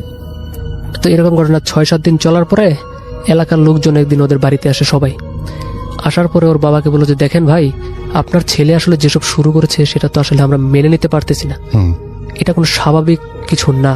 তো আপনারা যত দ্রুত সম্ভব এটা সলভ করেন, এটা আসলে তেমন নর্মাল কিছু না। আচ্ছা। তো ওনার বাবা বলল যে দেখেন ভাই, আমি তো অনেক ট্রাই করতেছি, তো এরকম কাউকে পাচ্ছিও না। আর বিষয়টা তো আসলে কবিরাজি বিষয়, তো এটা তো কবিরাজ ছাড়া তো ভালো করা যাবে না, যেরকম বুঝতেছি। তো ওইরকম কবিরাজ আমার জানা মতে নাই, আমি অনেক ট্রাই করছি। তো যদি আপনাদের জানা মতে কারো কাছে এরকম কবিরাজ থাকে তো আপনারা কাইন্ডলি আমাকে বলতে পারেন। তো একটা লোক বলল যে আমার জানা মতে একটা কবিরাজ আছে, তো আপনারা ওর কাছে গিয়ে দেখতে পারেন। তো ওই কবিরাজের নাম ঠিকানা ওদেরকে দিল, দেওয়ার পরে ওরা চলে যায় ওই কবিরাজের কাছে। তো কবিরাজের কাছে যাওয়ার পরে আসলে ওই কবিরাজটা আসে ওদের সাথে ওদের বাড়িতে। আসার পরে যেটা হয় যে ওই ছেলেটা যখন কবিরাজটা বাড়িতে ঢুকতেছিল তখন ওই ছেলেটা মানে চিল্লাচিল্লি শুরু করে দেয়, যে অনেক জোরে জোরে চিল্লায় বলতেছে, যে কবিরাজের নাম ধরে বলতেছে তুই আমার তো কোনো কিছু করতে পারবি না, তোরও তো ক্ষমতা নেই, ঠিক আছে, তুই কেন আসছিস আমাদের বাড়িতে। ও রুমের ভিতর থেকে বলতেছে, ও যে বাইরে দিয়ে কবিরাজ আসতেছিল সেটা কিন্তু ও দেখেও নাই, রুমের ভিতর থেকে সে বুঝে গেছে। তো এরকম মানে কথাবার্তা শুরু করে দেয় ও। তো সেই কবিরাজ বললো যে ঠিক আছে, আমি বাড়ির ভিতরে আর যাবো না, আমি এই সাইডেই থাকি, আমি যা করার এখান থেকে করব, কারণ আমি যদি বাড়ির ভিতরে যাই তো সে আরো পাগলামি বাড়িয়ে দিবে, আমার কাজগুলো করতে কষ্ট হবে। তো বাড়ির একটা কোণার মধ্যে সে বসে সেই কাজগুলো করতে থাকে। তো এরকম করতে করতে করতে করতে রাসেল ভাই ও অনেক দোয়া দূরত পরে বাড়িটা সম্ভবত বন্ধ করে দেয়। তো আর ওকে 2টা তাবিজ দেয়, তাবিজটা একটা হচ্ছে তার গলায় দিতে হবে, একটা হচ্ছে কোমরে। তো কবিরাজটা বলে দেখবেন আপনারা যদি মানে সবসময় দেখবেন, খেয়াল রাখবেন যাতে ওই 2টা তাবিজ যেন ওর কাছ থেকে মিসিং না হয়। যদি এই 2টা তাবিজ মিসিং হয়ে যায় তাহলে তার সেই আগের যে ব্যবহারগুলো ছিল, যেটা করতো পাগলামি, সেটা কিন্তু আবার বেড়ে যাবে। তখন বলে আচ্ছা ঠিক আছে, এটার প্রতি আমরা খেয়াল রাখবো।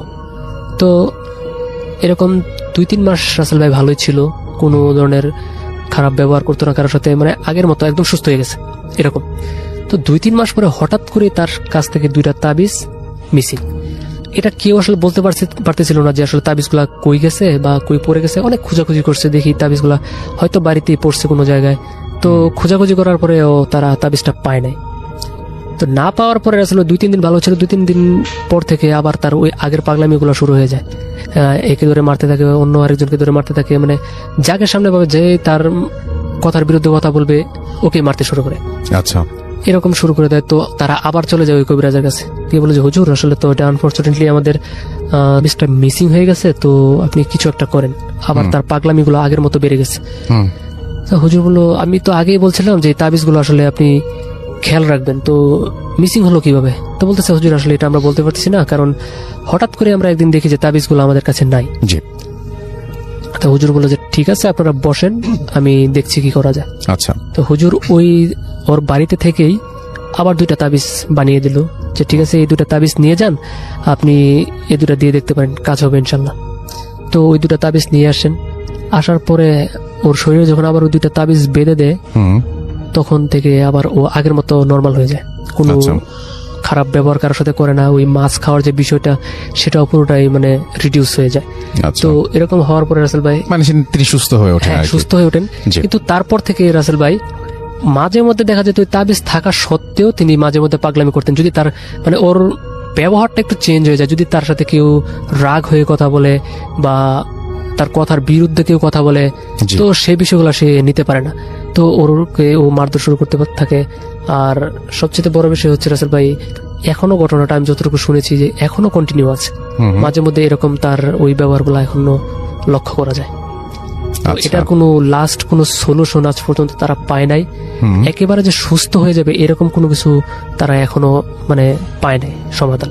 ওকে, এটাই ছিল আমার দ্বিতীয় ঘটনা। আসলে থ্যাংক ইউ সো মাচ আপনার ঘটনার জন্য। আপনাকে অনেক অনেক ধন্যবাদ এবং আশা করছি যে আপনাদের এই ঘটনা ভালো লেগেছে।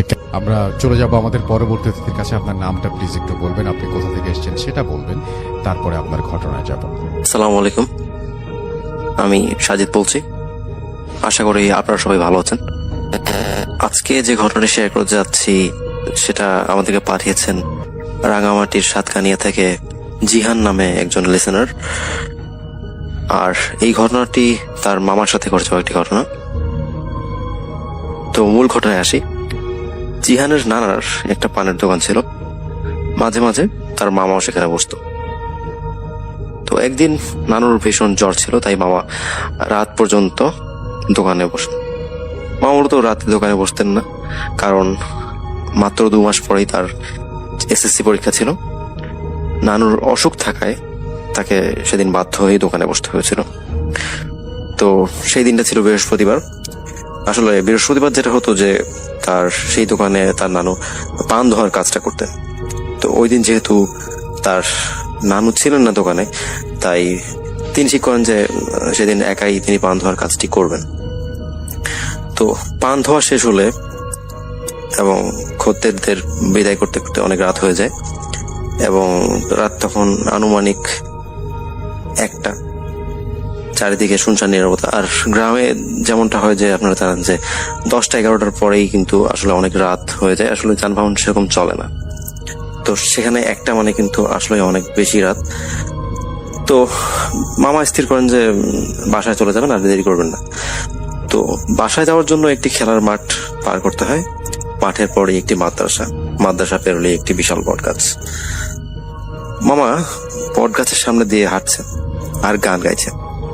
গান গাওয়ার উদ্দেশ্যটা মূলত ছিল এটাই যে ভয়টা যেন কাটে, যে একাই থাকলে হয় না যে কোনো একটা অবলম্বন নিয়ে তিনি চলছিলেন আর কি, এমন ব্যাপারটা। তো বট গাছ পার হতেই হঠাৎ কে যেন মামাকে পেছন থেকে ডাক দেয়, এই মানিক। তিনি বুঝতে পারেন যে পরিচিত কোনো গলা। পেছনে ফিরে তাকাতে দেখতে পান যে এক আন্টি, যিনি প্রতিদিন তার দোকানে পান কেনার জন্য আসেন। তো এত রাতে ওনাকে দেখে মামা বেশ অবাক হন। মহিলা মানুষ এত রাতে বাইরে থাকার তো কথা না। তো ওনার সাথে কথাবার্তার পর্যায়ে বুঝতে পারেন যে তার স্বামী অসুস্থ, তাই কোনো একটা প্রয়োজনে পাশের বাড়িতে যেতে হয়েছিল। মামা মনে মনে ভাবলেন, তোর এত কিছু ভাবার কি আছে, এতক্ষণ বেশ ভয় পাচ্ছিলাম, এখন আবার একটা পরিচিত মানুষ পাওয়া গেল, যাক ভয়টা কিছুটা গেছে তাকে দেখে।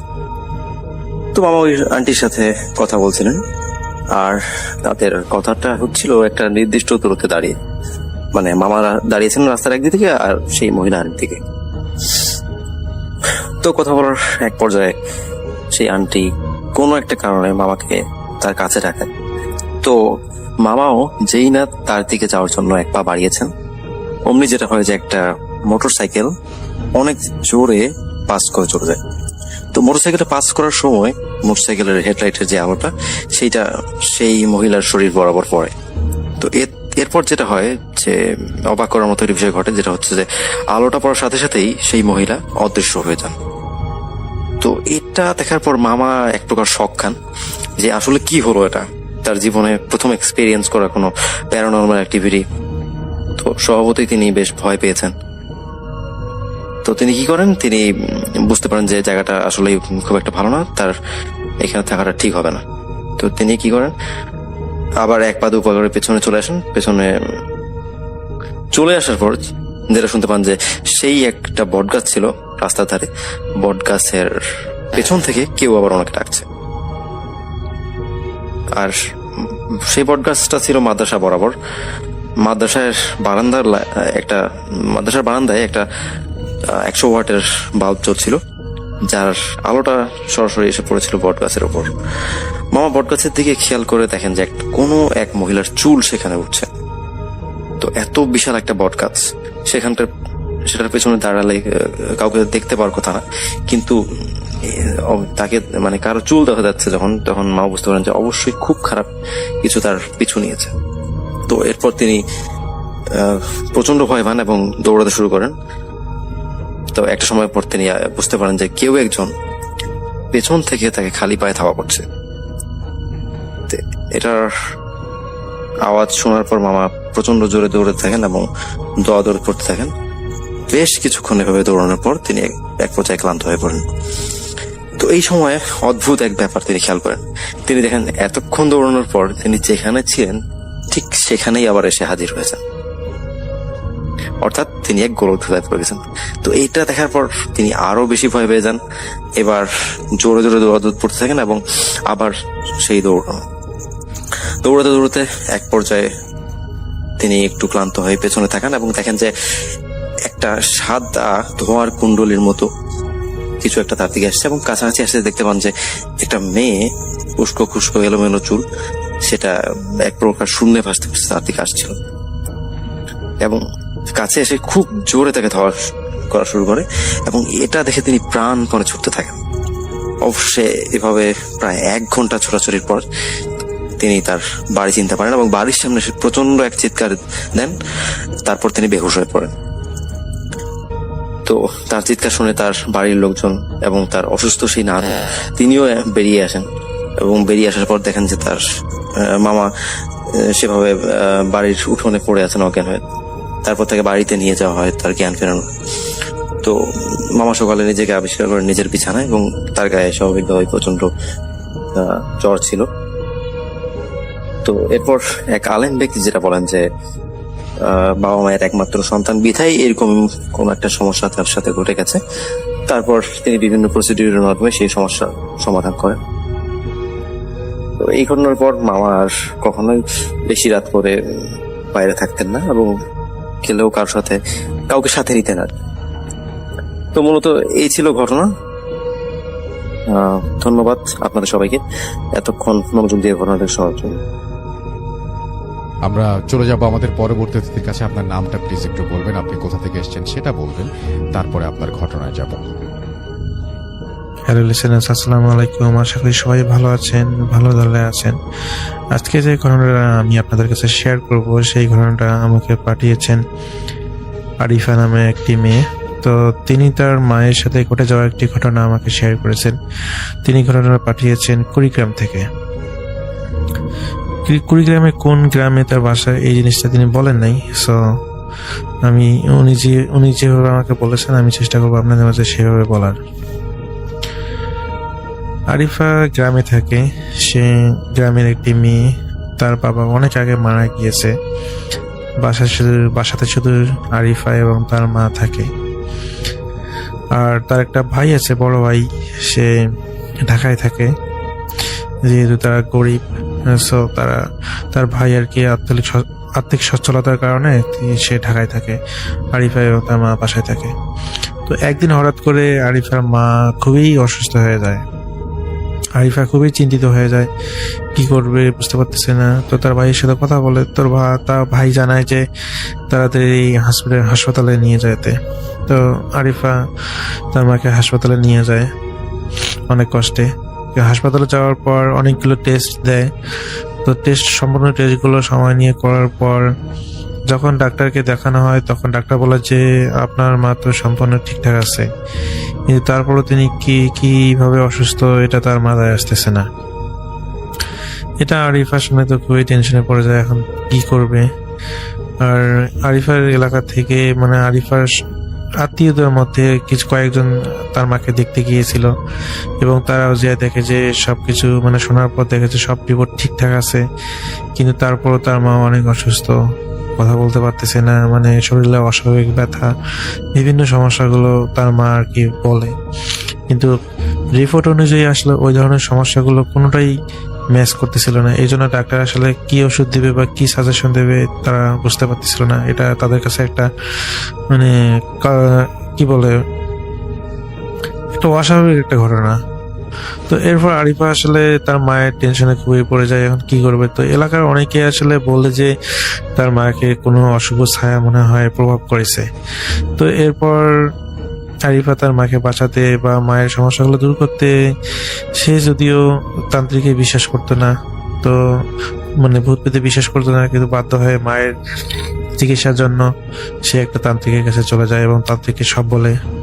তো তান্ত্রিক বলে যে এই সমস্যার সমাধান আমি দিতে পারবো, কিন্তু একটা শর্ত আছে। তো আরিফা জিজ্ঞেস করে কি শর্ত।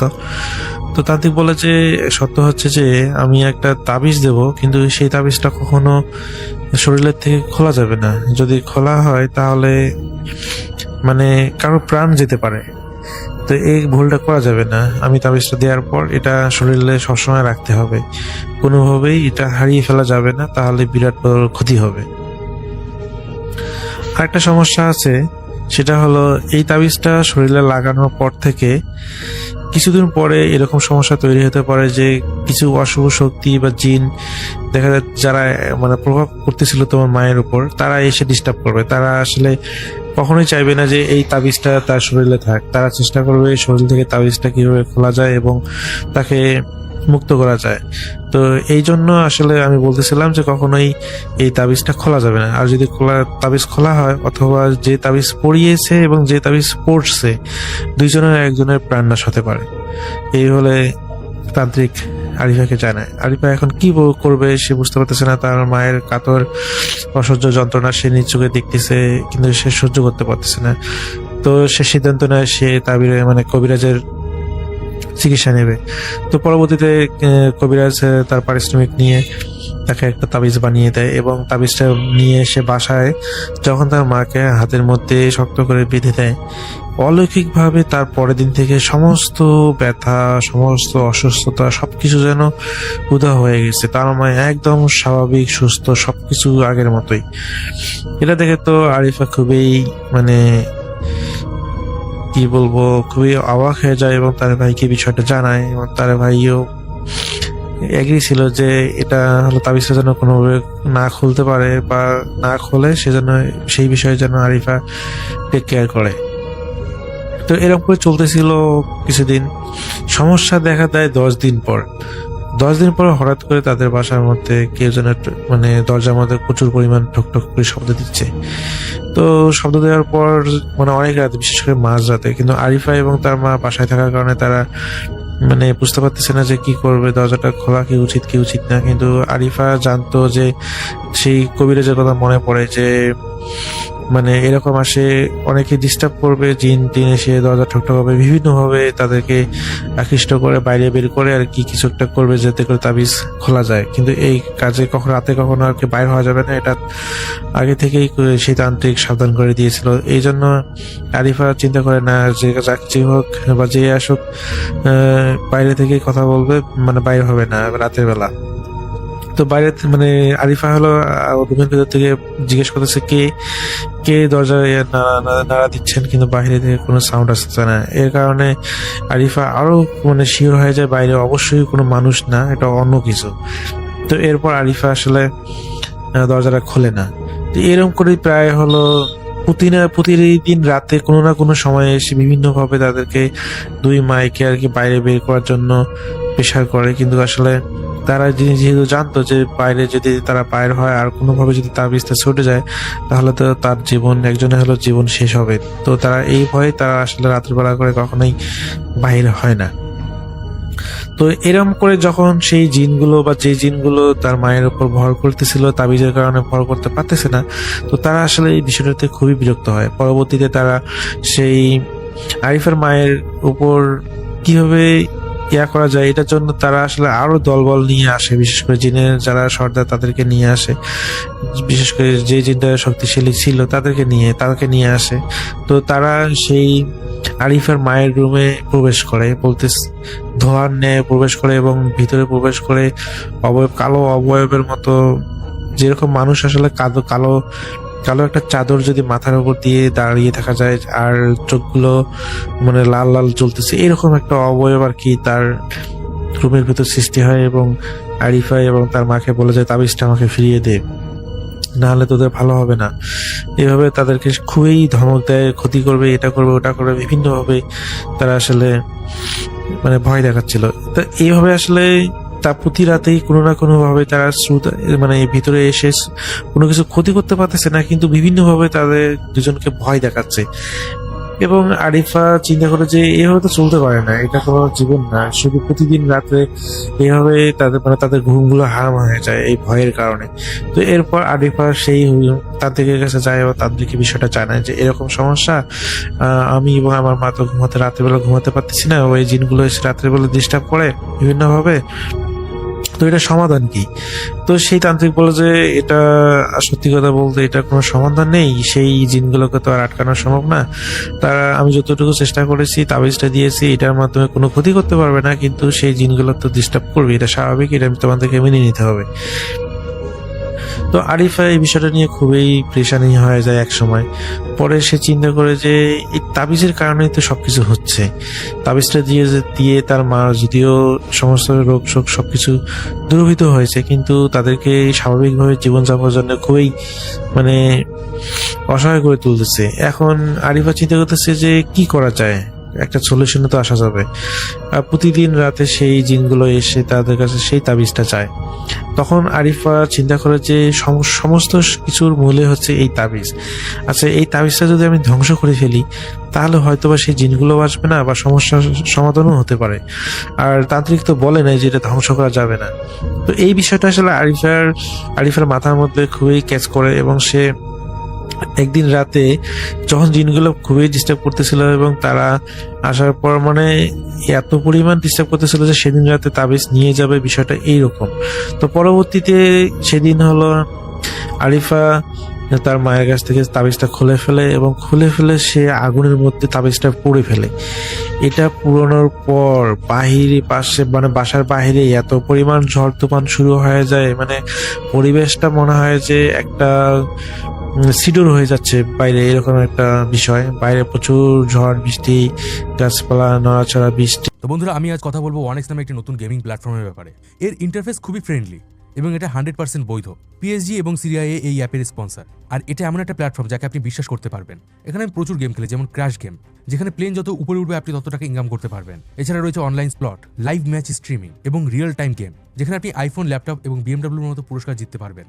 আর এখানে আমার টপিক হিসাবে আমি বেছে নিয়েছি চিকেন রোড। আপনি ওই দ্রুত এবং মজাদার গেমটি খেলতে পারেন। এখানে আপনি খুব সহজে আইপে, ইউপে এবং ব্যাংক ট্রান্সফারের মাধ্যমে আপনার টাকা উত্তোলন করতে পারবেন। আর এখনই যদি আপনি আমার প্রচার কোড ব্যবহার করেন তাহলে পেয়ে যাবেন 30,000 টাকা পর্যন্ত বোনাস এবং বিনামূল্যে স্পিন। তাই অবশ্যই ওয়ানেক্সে রেজিস্টার করুন এবং আজ থেকে জেতা শুরু করুন। এরকম একটা অবস্থা। তো তারা মা এবং মেয়ে দুজনে খুবই ভয় পেয়ে যায়, কিন্তু আশ্চর্যজনক ভাবে যখন তাবিজটা একদম পুরনো শেষ হয়ে গেছে তার প্রায় 15 মিনিট পর সবকিছুই যেন শান্ত হয়ে গেল। এখন আরিফা খুবই চিন্তিত আছে যে হয় তার এবং বা তার মায়ের কোনো বিশাল কোনো ক্ষতি হতে পারে, সেই জিনগুলো হয়তো তাদেরকে মেরে ফেলবে। কিন্তু এটাই সত্য যে তখন থেকে এ পর্যন্ত এই ঘটনা ছিল 2002 সালের ঘটনা, আরিফা যেটা জানিয়েছে। তো সেই সময় থেকে প্রায় হলো এখন অনেক বছর হয়ে যায়, 23 বছর হয়ে যাচ্ছে, এখন পর্যন্ত সেই সমস্যাগুলো আর ফিরে আসেনি বা সেই জিনগুলো আর কখনো ডিস্টার্ব করেনি।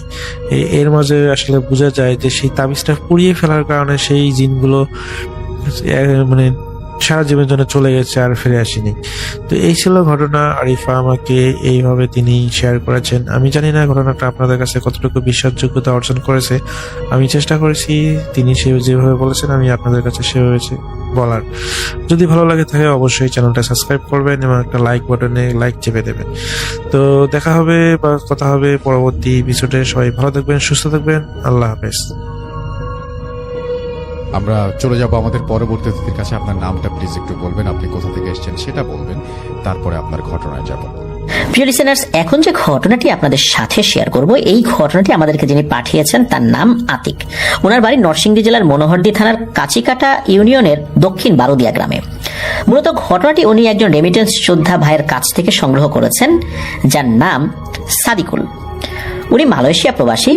ওনার বাড়ি নারায়ণগঞ্জ জেলার আড়াইহাজা উপজেলার নাগরাপাড়া গ্রামে। এই সাদিকুল ভাইরা কিন্তু 3 ভাই, শফিকুল, সাইফুল, সাদিকুল। এই ঘটনাটির ভিকটিম হচ্ছে শফিকুল ভাই। ঘটনাটি 2008 সালের দিকের। এই সাদিকুল ভাইয়ের বয়স তখন 9 কি 10 বছর হবে। আর শফিকুল ভাই তখন এলাকার একটি চায়ের দোকানে কাজ করত। লেখাপড়া করতো না, কারণ পরিবারের অবস্থা ওই সময় খুবই খারাপ ছিল। আর্থিকভাবে তারা খুবই দৈন্যদশার মধ্যে চলে গিয়েছিলেন, কারণ তার বাবা দুবাইয়ে গিয়েছিলেন। তো দুবাই যাওয়ার জন্য তো অনেক টাকা খরচ করে যেতে হয়েছিল।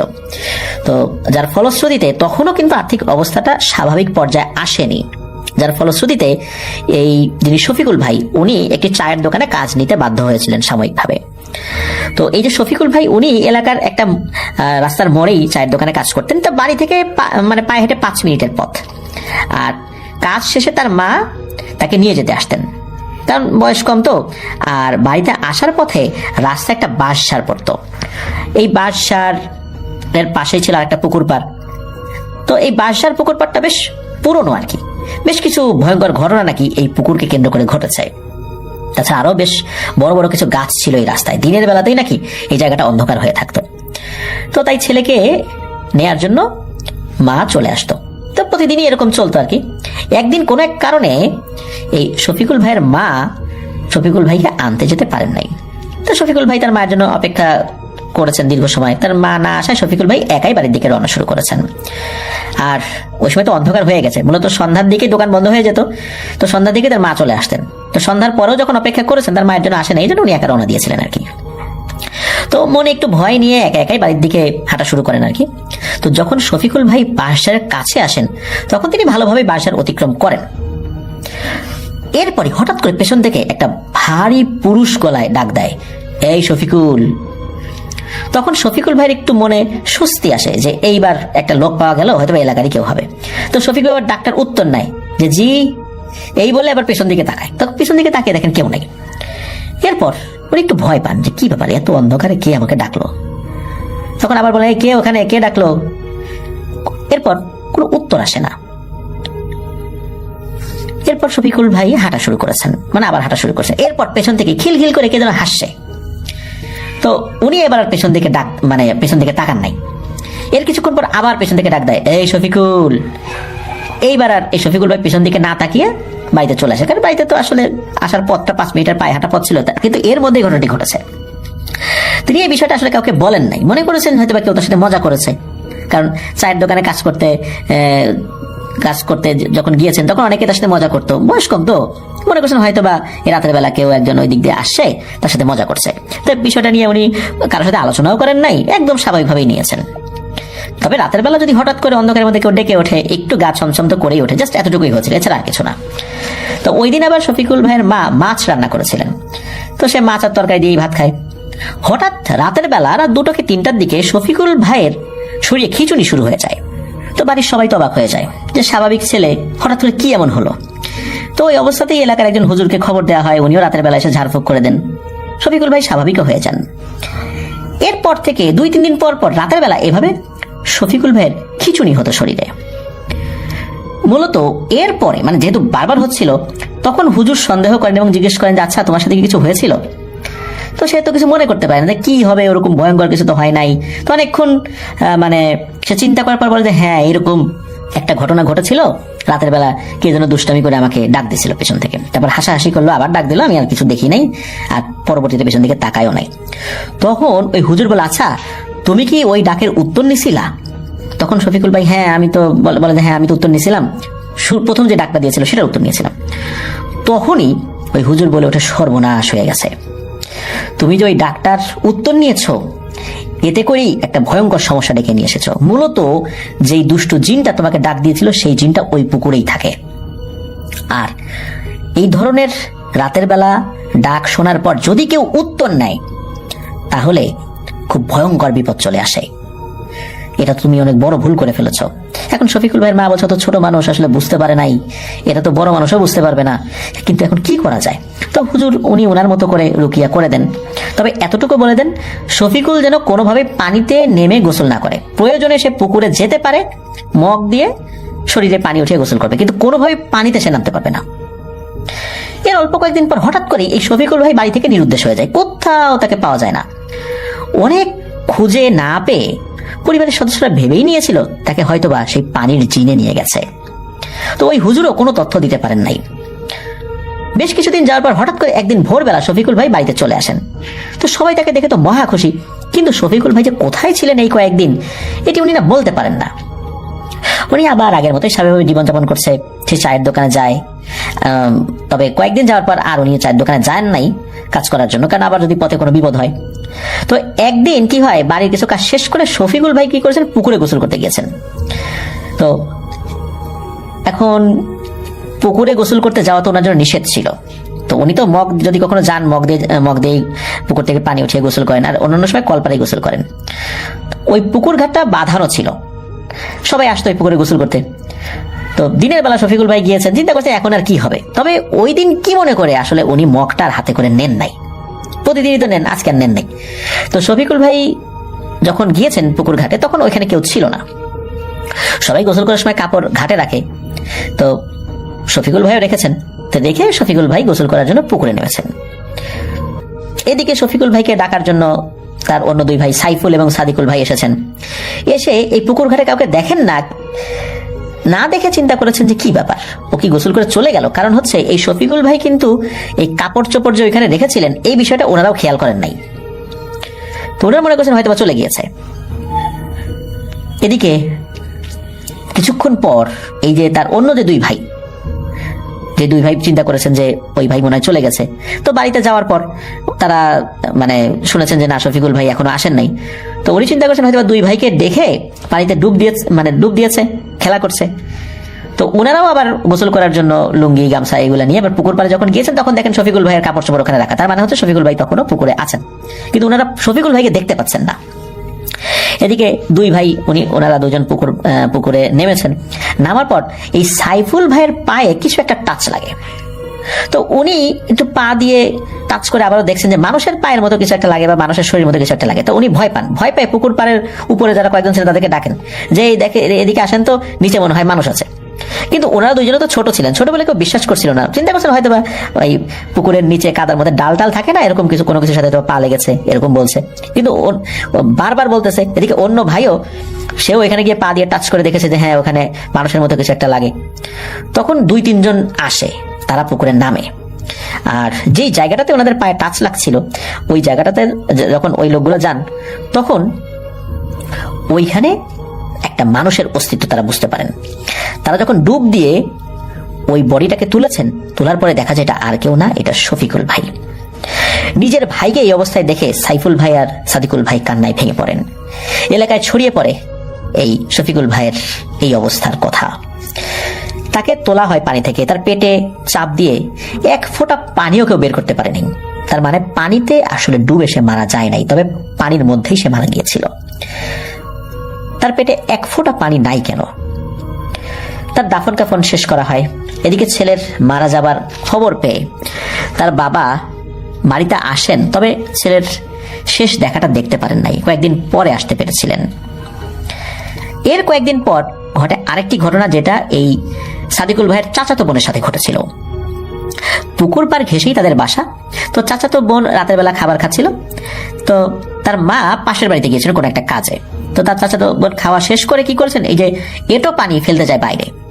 তো পানি ফেলে কোথায়, তাদের বাড়ির পাশে একটা নারকেল গাছ ছিল, সেই নারকেল গাছের গোড়ায়। এরপরে প্রচন্ড জোরে চিৎকার দেয় এই সাদিকুল ভাইয়ের চাচাতো বোন। তো বাড়ির সবাই এসে দেখে যে মেয়ে ঘরে নাই। অনেক খোঁজার পর তাকে পাওয়া যায় ঘরের মধ্যে একটা খাটের নিচে, সে ভয়ে লুকিয়ে আছে, নিচ থেকে সে বের হয় না। অনেক কষ্ট করে তাকে বের করা হয় খাটের নিচ থেকে। তো জিজ্ঞেস করলে সে এলোমেলো কথা বলতে থাকে। সবাই বুঝতে পারে কোনো একটা অস্বাভাবিক কিছু ঘটেছে। এলাকার একজন হুজুরকে নিয়ে আসা হয়। তো তার ভেতরেই সেই জিনকে হাজির করা হয়। তার ভেতরে বলতে এই সাদিকুল ভাইয়ের চাচাতো বোনের ভেতরে। জিজ্ঞেস করা হয় যে তুই কে আর এই মেয়েকে কেন আছর করেছিস। তখন সেই মেয়েটি একটা ভয়ানক পুরুষ কণ্ঠে বলে ওঠে, আমি এই পুকুরেই থাকি। এই মেয়ে আমার গায়ে এটো পানি ফেলে আমার শরীর অপবিত্র করেছে। এই ঝুটা পানি আমার গায়ে ফেলেছে। আমি তো ওকে নিয়ে যাবো রে, যেমন করে ওর চাচাতো ভাইকে নিয়ে গেছি, তেমন করে শফিকুল ভাই দে ওর চাচাতো ভাই, তাকে মারছি, এমন করে ওরেও নিয়ে যাবো, ওরেও মেরে ফেলবো। পরে হুজুর অনেক চেষ্টা করে তাকে চলে যেতে রাজি করান এবং বলেন যে, মানে ওই জিনটা বলে যে আমি এখানে থাকি, আমি এমনিতে কারো ক্ষতি করবো না, তবে আমাকে কেউ বিরক্ত করলে তার আমি ক্ষতি করব। আর এই পুকুর পাড়ের বাড়ি থেকে আমি 3 জনকে নিয়ে যাব, একটা নিয়েছি আর 2টা আমি নেব। এই বলেই শফিকুল ভাইয়ের বা সাদিকুল ভাইয়ের ওই চাচাতো বোন অজ্ঞান হয়ে যান। এরপরে অবস্থা ঠিক হলে তাকে জিজ্ঞেস করা হয় সে কি দেখেছিল। তো সে বলে যে পানি ফেলার পরে নাকি সে দেখে যে একটা আলো নারকেল গাছের গোড়া থেকে লাফ দিয়ে গাছের উপরে চলে যায়। আবার মুহূর্তের মধ্যে উপরে একটা খসখস আওয়াজ হয়। ওই আওয়াজ শুনে উনি যখন উপর দিকে তাকিয়েছেন তখন দেখেন একটা অবয়ব গাছের উপর থেকে মাথা নিচু দিকে দিয়ে নামছে এবং ভয়ঙ্কর গর্জন করতে করতে নামছে, চোখ দিয়ে মনে হয় আগুন বের হচ্ছে। তো এটা দেখে উনি এক চিৎকার দিয়ে রুমে চলে যান এবং খাটের নিচে লুকিয়ে পড়েন। এর কিছুদিন পরের ঘটনা, এই পুকুর থেকে আরেকটু দূরে আরেকটা পুকুর আছে, সেখানে মাছ চাষ করা হয়। আর রাতে পাহারা দেওয়ার জন্য একটা জায়গায় 2-3 জন বসে মানে গল্প গুজব করছিল আর কি। হঠাৎ করে তারা দেখেন যে ওই পুকুরের পাড় থেকে, মানে ওই পুকুরের পাড়ে একটা গাছ থেকে আরেক গাছে একটি আগুনের গোড়া লাফ দিয়ে যাচ্ছে। তো এটা দেখে ওনারা দ্রুত চলে যান ওই পুকুরের ওই জায়গা থেকে। এই পুকুরটাতে এখনো সমস্যা হয়।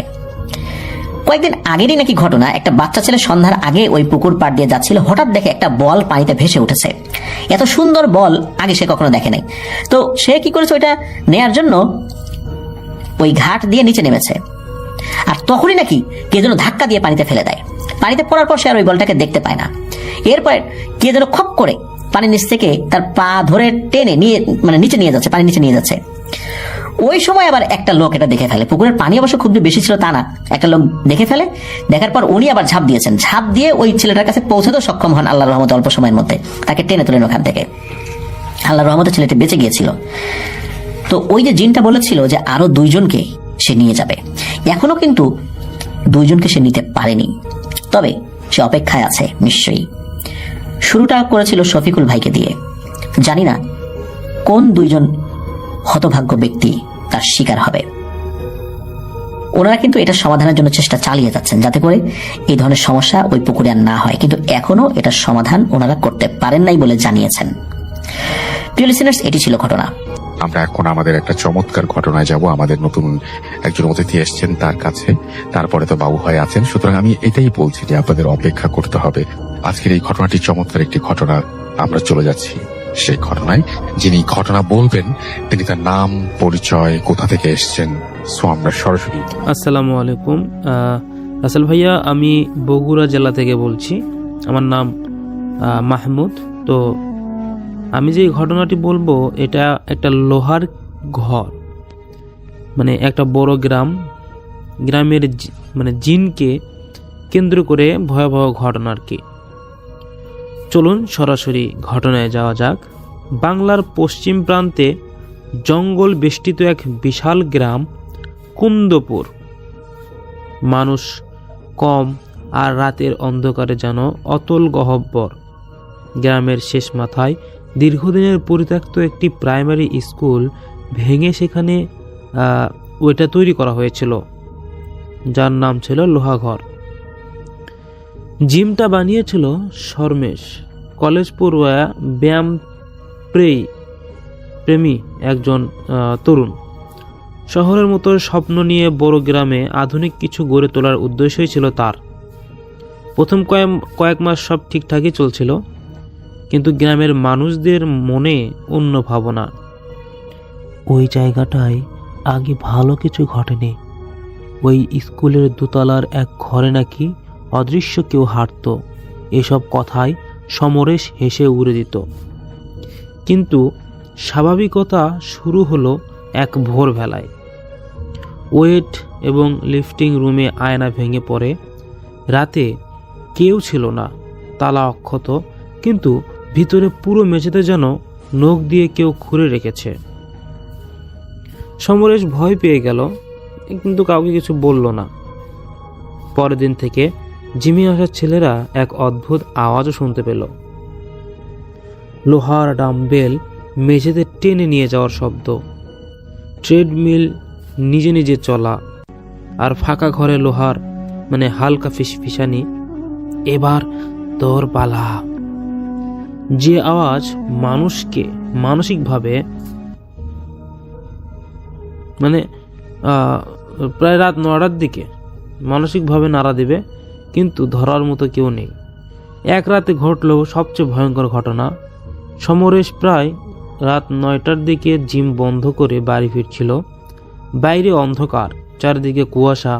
হঠাৎ সে শুনল জিমের ভিতর ডাম্বেল পড়ে যাওয়ার শব্দ। সে ভেবেছিল হয়তো কোনো চোর ঢুকেছে। ফিরে গিয়ে দেখে শাটার তুলতেই যা দেখা গেল, সব লাইট বন্ধ, কিন্তু ট্রেডমিল পুরো গতিতে নিজ নিজ দৌড়াচ্ছে। মুহূর্তেই জিমে জমে ঠান্ডা হয়ে হাওয়া বইল। তাকে মনে হলো কেউ ঠিক পিছনে দাঁড়িয়ে আছে। সমরেশ ঘুরতেই দেখল একটা কালচে লম্বা ছায়ামূর্তি ঠিক রডের স্ট্যান্ডের পাশে দাঁড়িয়ে। তার চোখ দুটো লাল এবং জল জল, আর তার হাতে ছিল একটা বাঁকা লোহার রড, যেন বহুদিন ধরে সেটা রক্তে ভেজা। ছায়াটি ধীরে ধীরে এগিয়ে এলো এবং জিমের আয়নার সামনে পৌঁছাতেই অদ্ভুত কিছু প্রতিচ্ছবি মিলে গেল। কিন্তু বাস্তবতা বা বাস্তব ছায়া থমকে দাঁড়িয়ে ফিসফিস করে বলল, লোহার ঘরে কেউ ঢুকলে তার শরীরও লোহার মতো শক্ত হয়, কিন্তু আত্মাটা জমে থাকে এখানে। সমরেশ দৌড়ে পালাতে চেষ্টা করলেও দরজা যেন নিজে নিজে বন্ধ হয়ে গেল। মেঝে থেকে যেন লোহার শেকল বের হয়ে তার পা জড়িয়ে ধরল। শেষ দিকে ছিল এক গ্রামের এক লোক। জিমের ভিতর থেকে একবার চিৎকার এসেছিল, বাঁচাও। তারপর আর কিছুই না। জিমটি পরের দিন সকালে খোলা যায়নি। তালা ভাঙলেও ভিতরে কেউ ছিল না। মাঝে মাঝে কেবল একটি জিনিস পাওয়া গেল, সমরেশ জিম গ্লাভস আর তার হাতে সাপ লোহায় দাগ হয়ে ঠেকে আছে মেঝেতে। লোকেরা বলে রাত 12টার পরও নাকি ভিতরে কেউ ভারোত্তোলন করে এবং ট্রেডমিল দৌড়ায়, আর মাঝে মাঝে কাচের আঙ্গুলের দাগ দেখা যায়, যেন কেউ ভেতর থেকে বাইরে বের হতে চাচ্ছে। তো আমি যে ঘটনাটি পড়লাম, এই ঘটনাটি একজন ব্যায়াম লাভারে, যাই হোক ঘটনা কেমন হয়েছে তা জানাবেন। কিন্তু আমার কাছে একটা ভয়ঙ্কর ঘটনা আছে। একদিন আমার গ্রামের এক রাস্তা দিয়ে একটা আঙ্কেল আসতেছিল। তো আসার পথে ওই একটা জঙ্গল ছিল হাতের বাম পাশে। তো সেই জঙ্গলের একটা ঘোড়া, এর বাস্তব ঘটনা, একটা ঘোড়া দাঁড়িয়ে আছে, যেই ঘোড়াটা ফুল মিয়া চাচার। তো আমার কাকা এখন বা আঙ্কেল বলে, এত রাতে ঘোড়া এখানে। তো ঘোড়া দেখে বাসায় আসতেছে। আস্তে আস্তে একটু পরে ওই ঘোড়াটায় আবার দেখে মালিক বরাবর কবরের ওখানে। তো এক ঘোড়া, আমাদের গ্রাম পুরো অত্র এলাকায় একটাই ঘোড়া, যে ঘোড়াকে পিছনে ফেলে আসলাম, এসে দেখি ওই ঘোড়াটাই আবার সামনে দাঁড়িয়ে আমার দিকে তাকিয়ে আছে। কি একটা আশ্চর্য! এবার তো ফজলু কাকা ভয় খেয়ে গেল। তো ভয় পাওয়ার পরে তখন আবার ফজলু কাকা চেষ্টা করলো যে যার ঘোড়া তার বাসায় এখনই যাবে, যে বলবে যে আপনার ঘোড়া বেঁধে রাখেন না কেন, রাতের বেলা যাতায়াত করি আমরা, এটা ভয় লাগার ব্যাপার স্যাপার আছে। তো তিনি হেঁটে হেঁটে ওই ফুলমিয়ার বাড়ির যাওয়ার পরে বলে যে ফলিমিয়া চাচা গেটটা খোলেন তো, আপনার ঘোড়াটা আপনি বাইরে ছেড়ে রাখছেন মানে। তো তখন ফলিমিয়া চাচা করলো, কই আমার ঘোড়া তো ঘরে বাঁধা, দেখো ওই যে আমার ঘোড়া। তখন ফজলুল কাকা ভয়ে মাথায় হাত দিয়ে বসলো। আমি ঘোড়া দেখে আসলাম তালপুকুর, আবার দেখলাম মালিক বরাবর কবরের ওখানে, আবার সেই ঘোড়াটাই কিভাবে এখানে বাঁধা অবস্থায়। সব ঘটনা খুলে বলার পর ফলিমিয়া চাচা বলল, ঘোড়া তো একটা জিন জাতি, তাই এগুলো বিষয় নিয়ে বেশি ভাবাভাবি না করাই ভালো। যা দেখেছো বাবা ভুলে যাও, কোনো সমস্যা নেই, তোমার কোনো সমস্যা করবে না। তো এটাই ছিল ঘটনা। আসলে ঘোড়ার ঘটনা কি সঠিক হয় কিনা তা একটু আমাকে জানাবেন।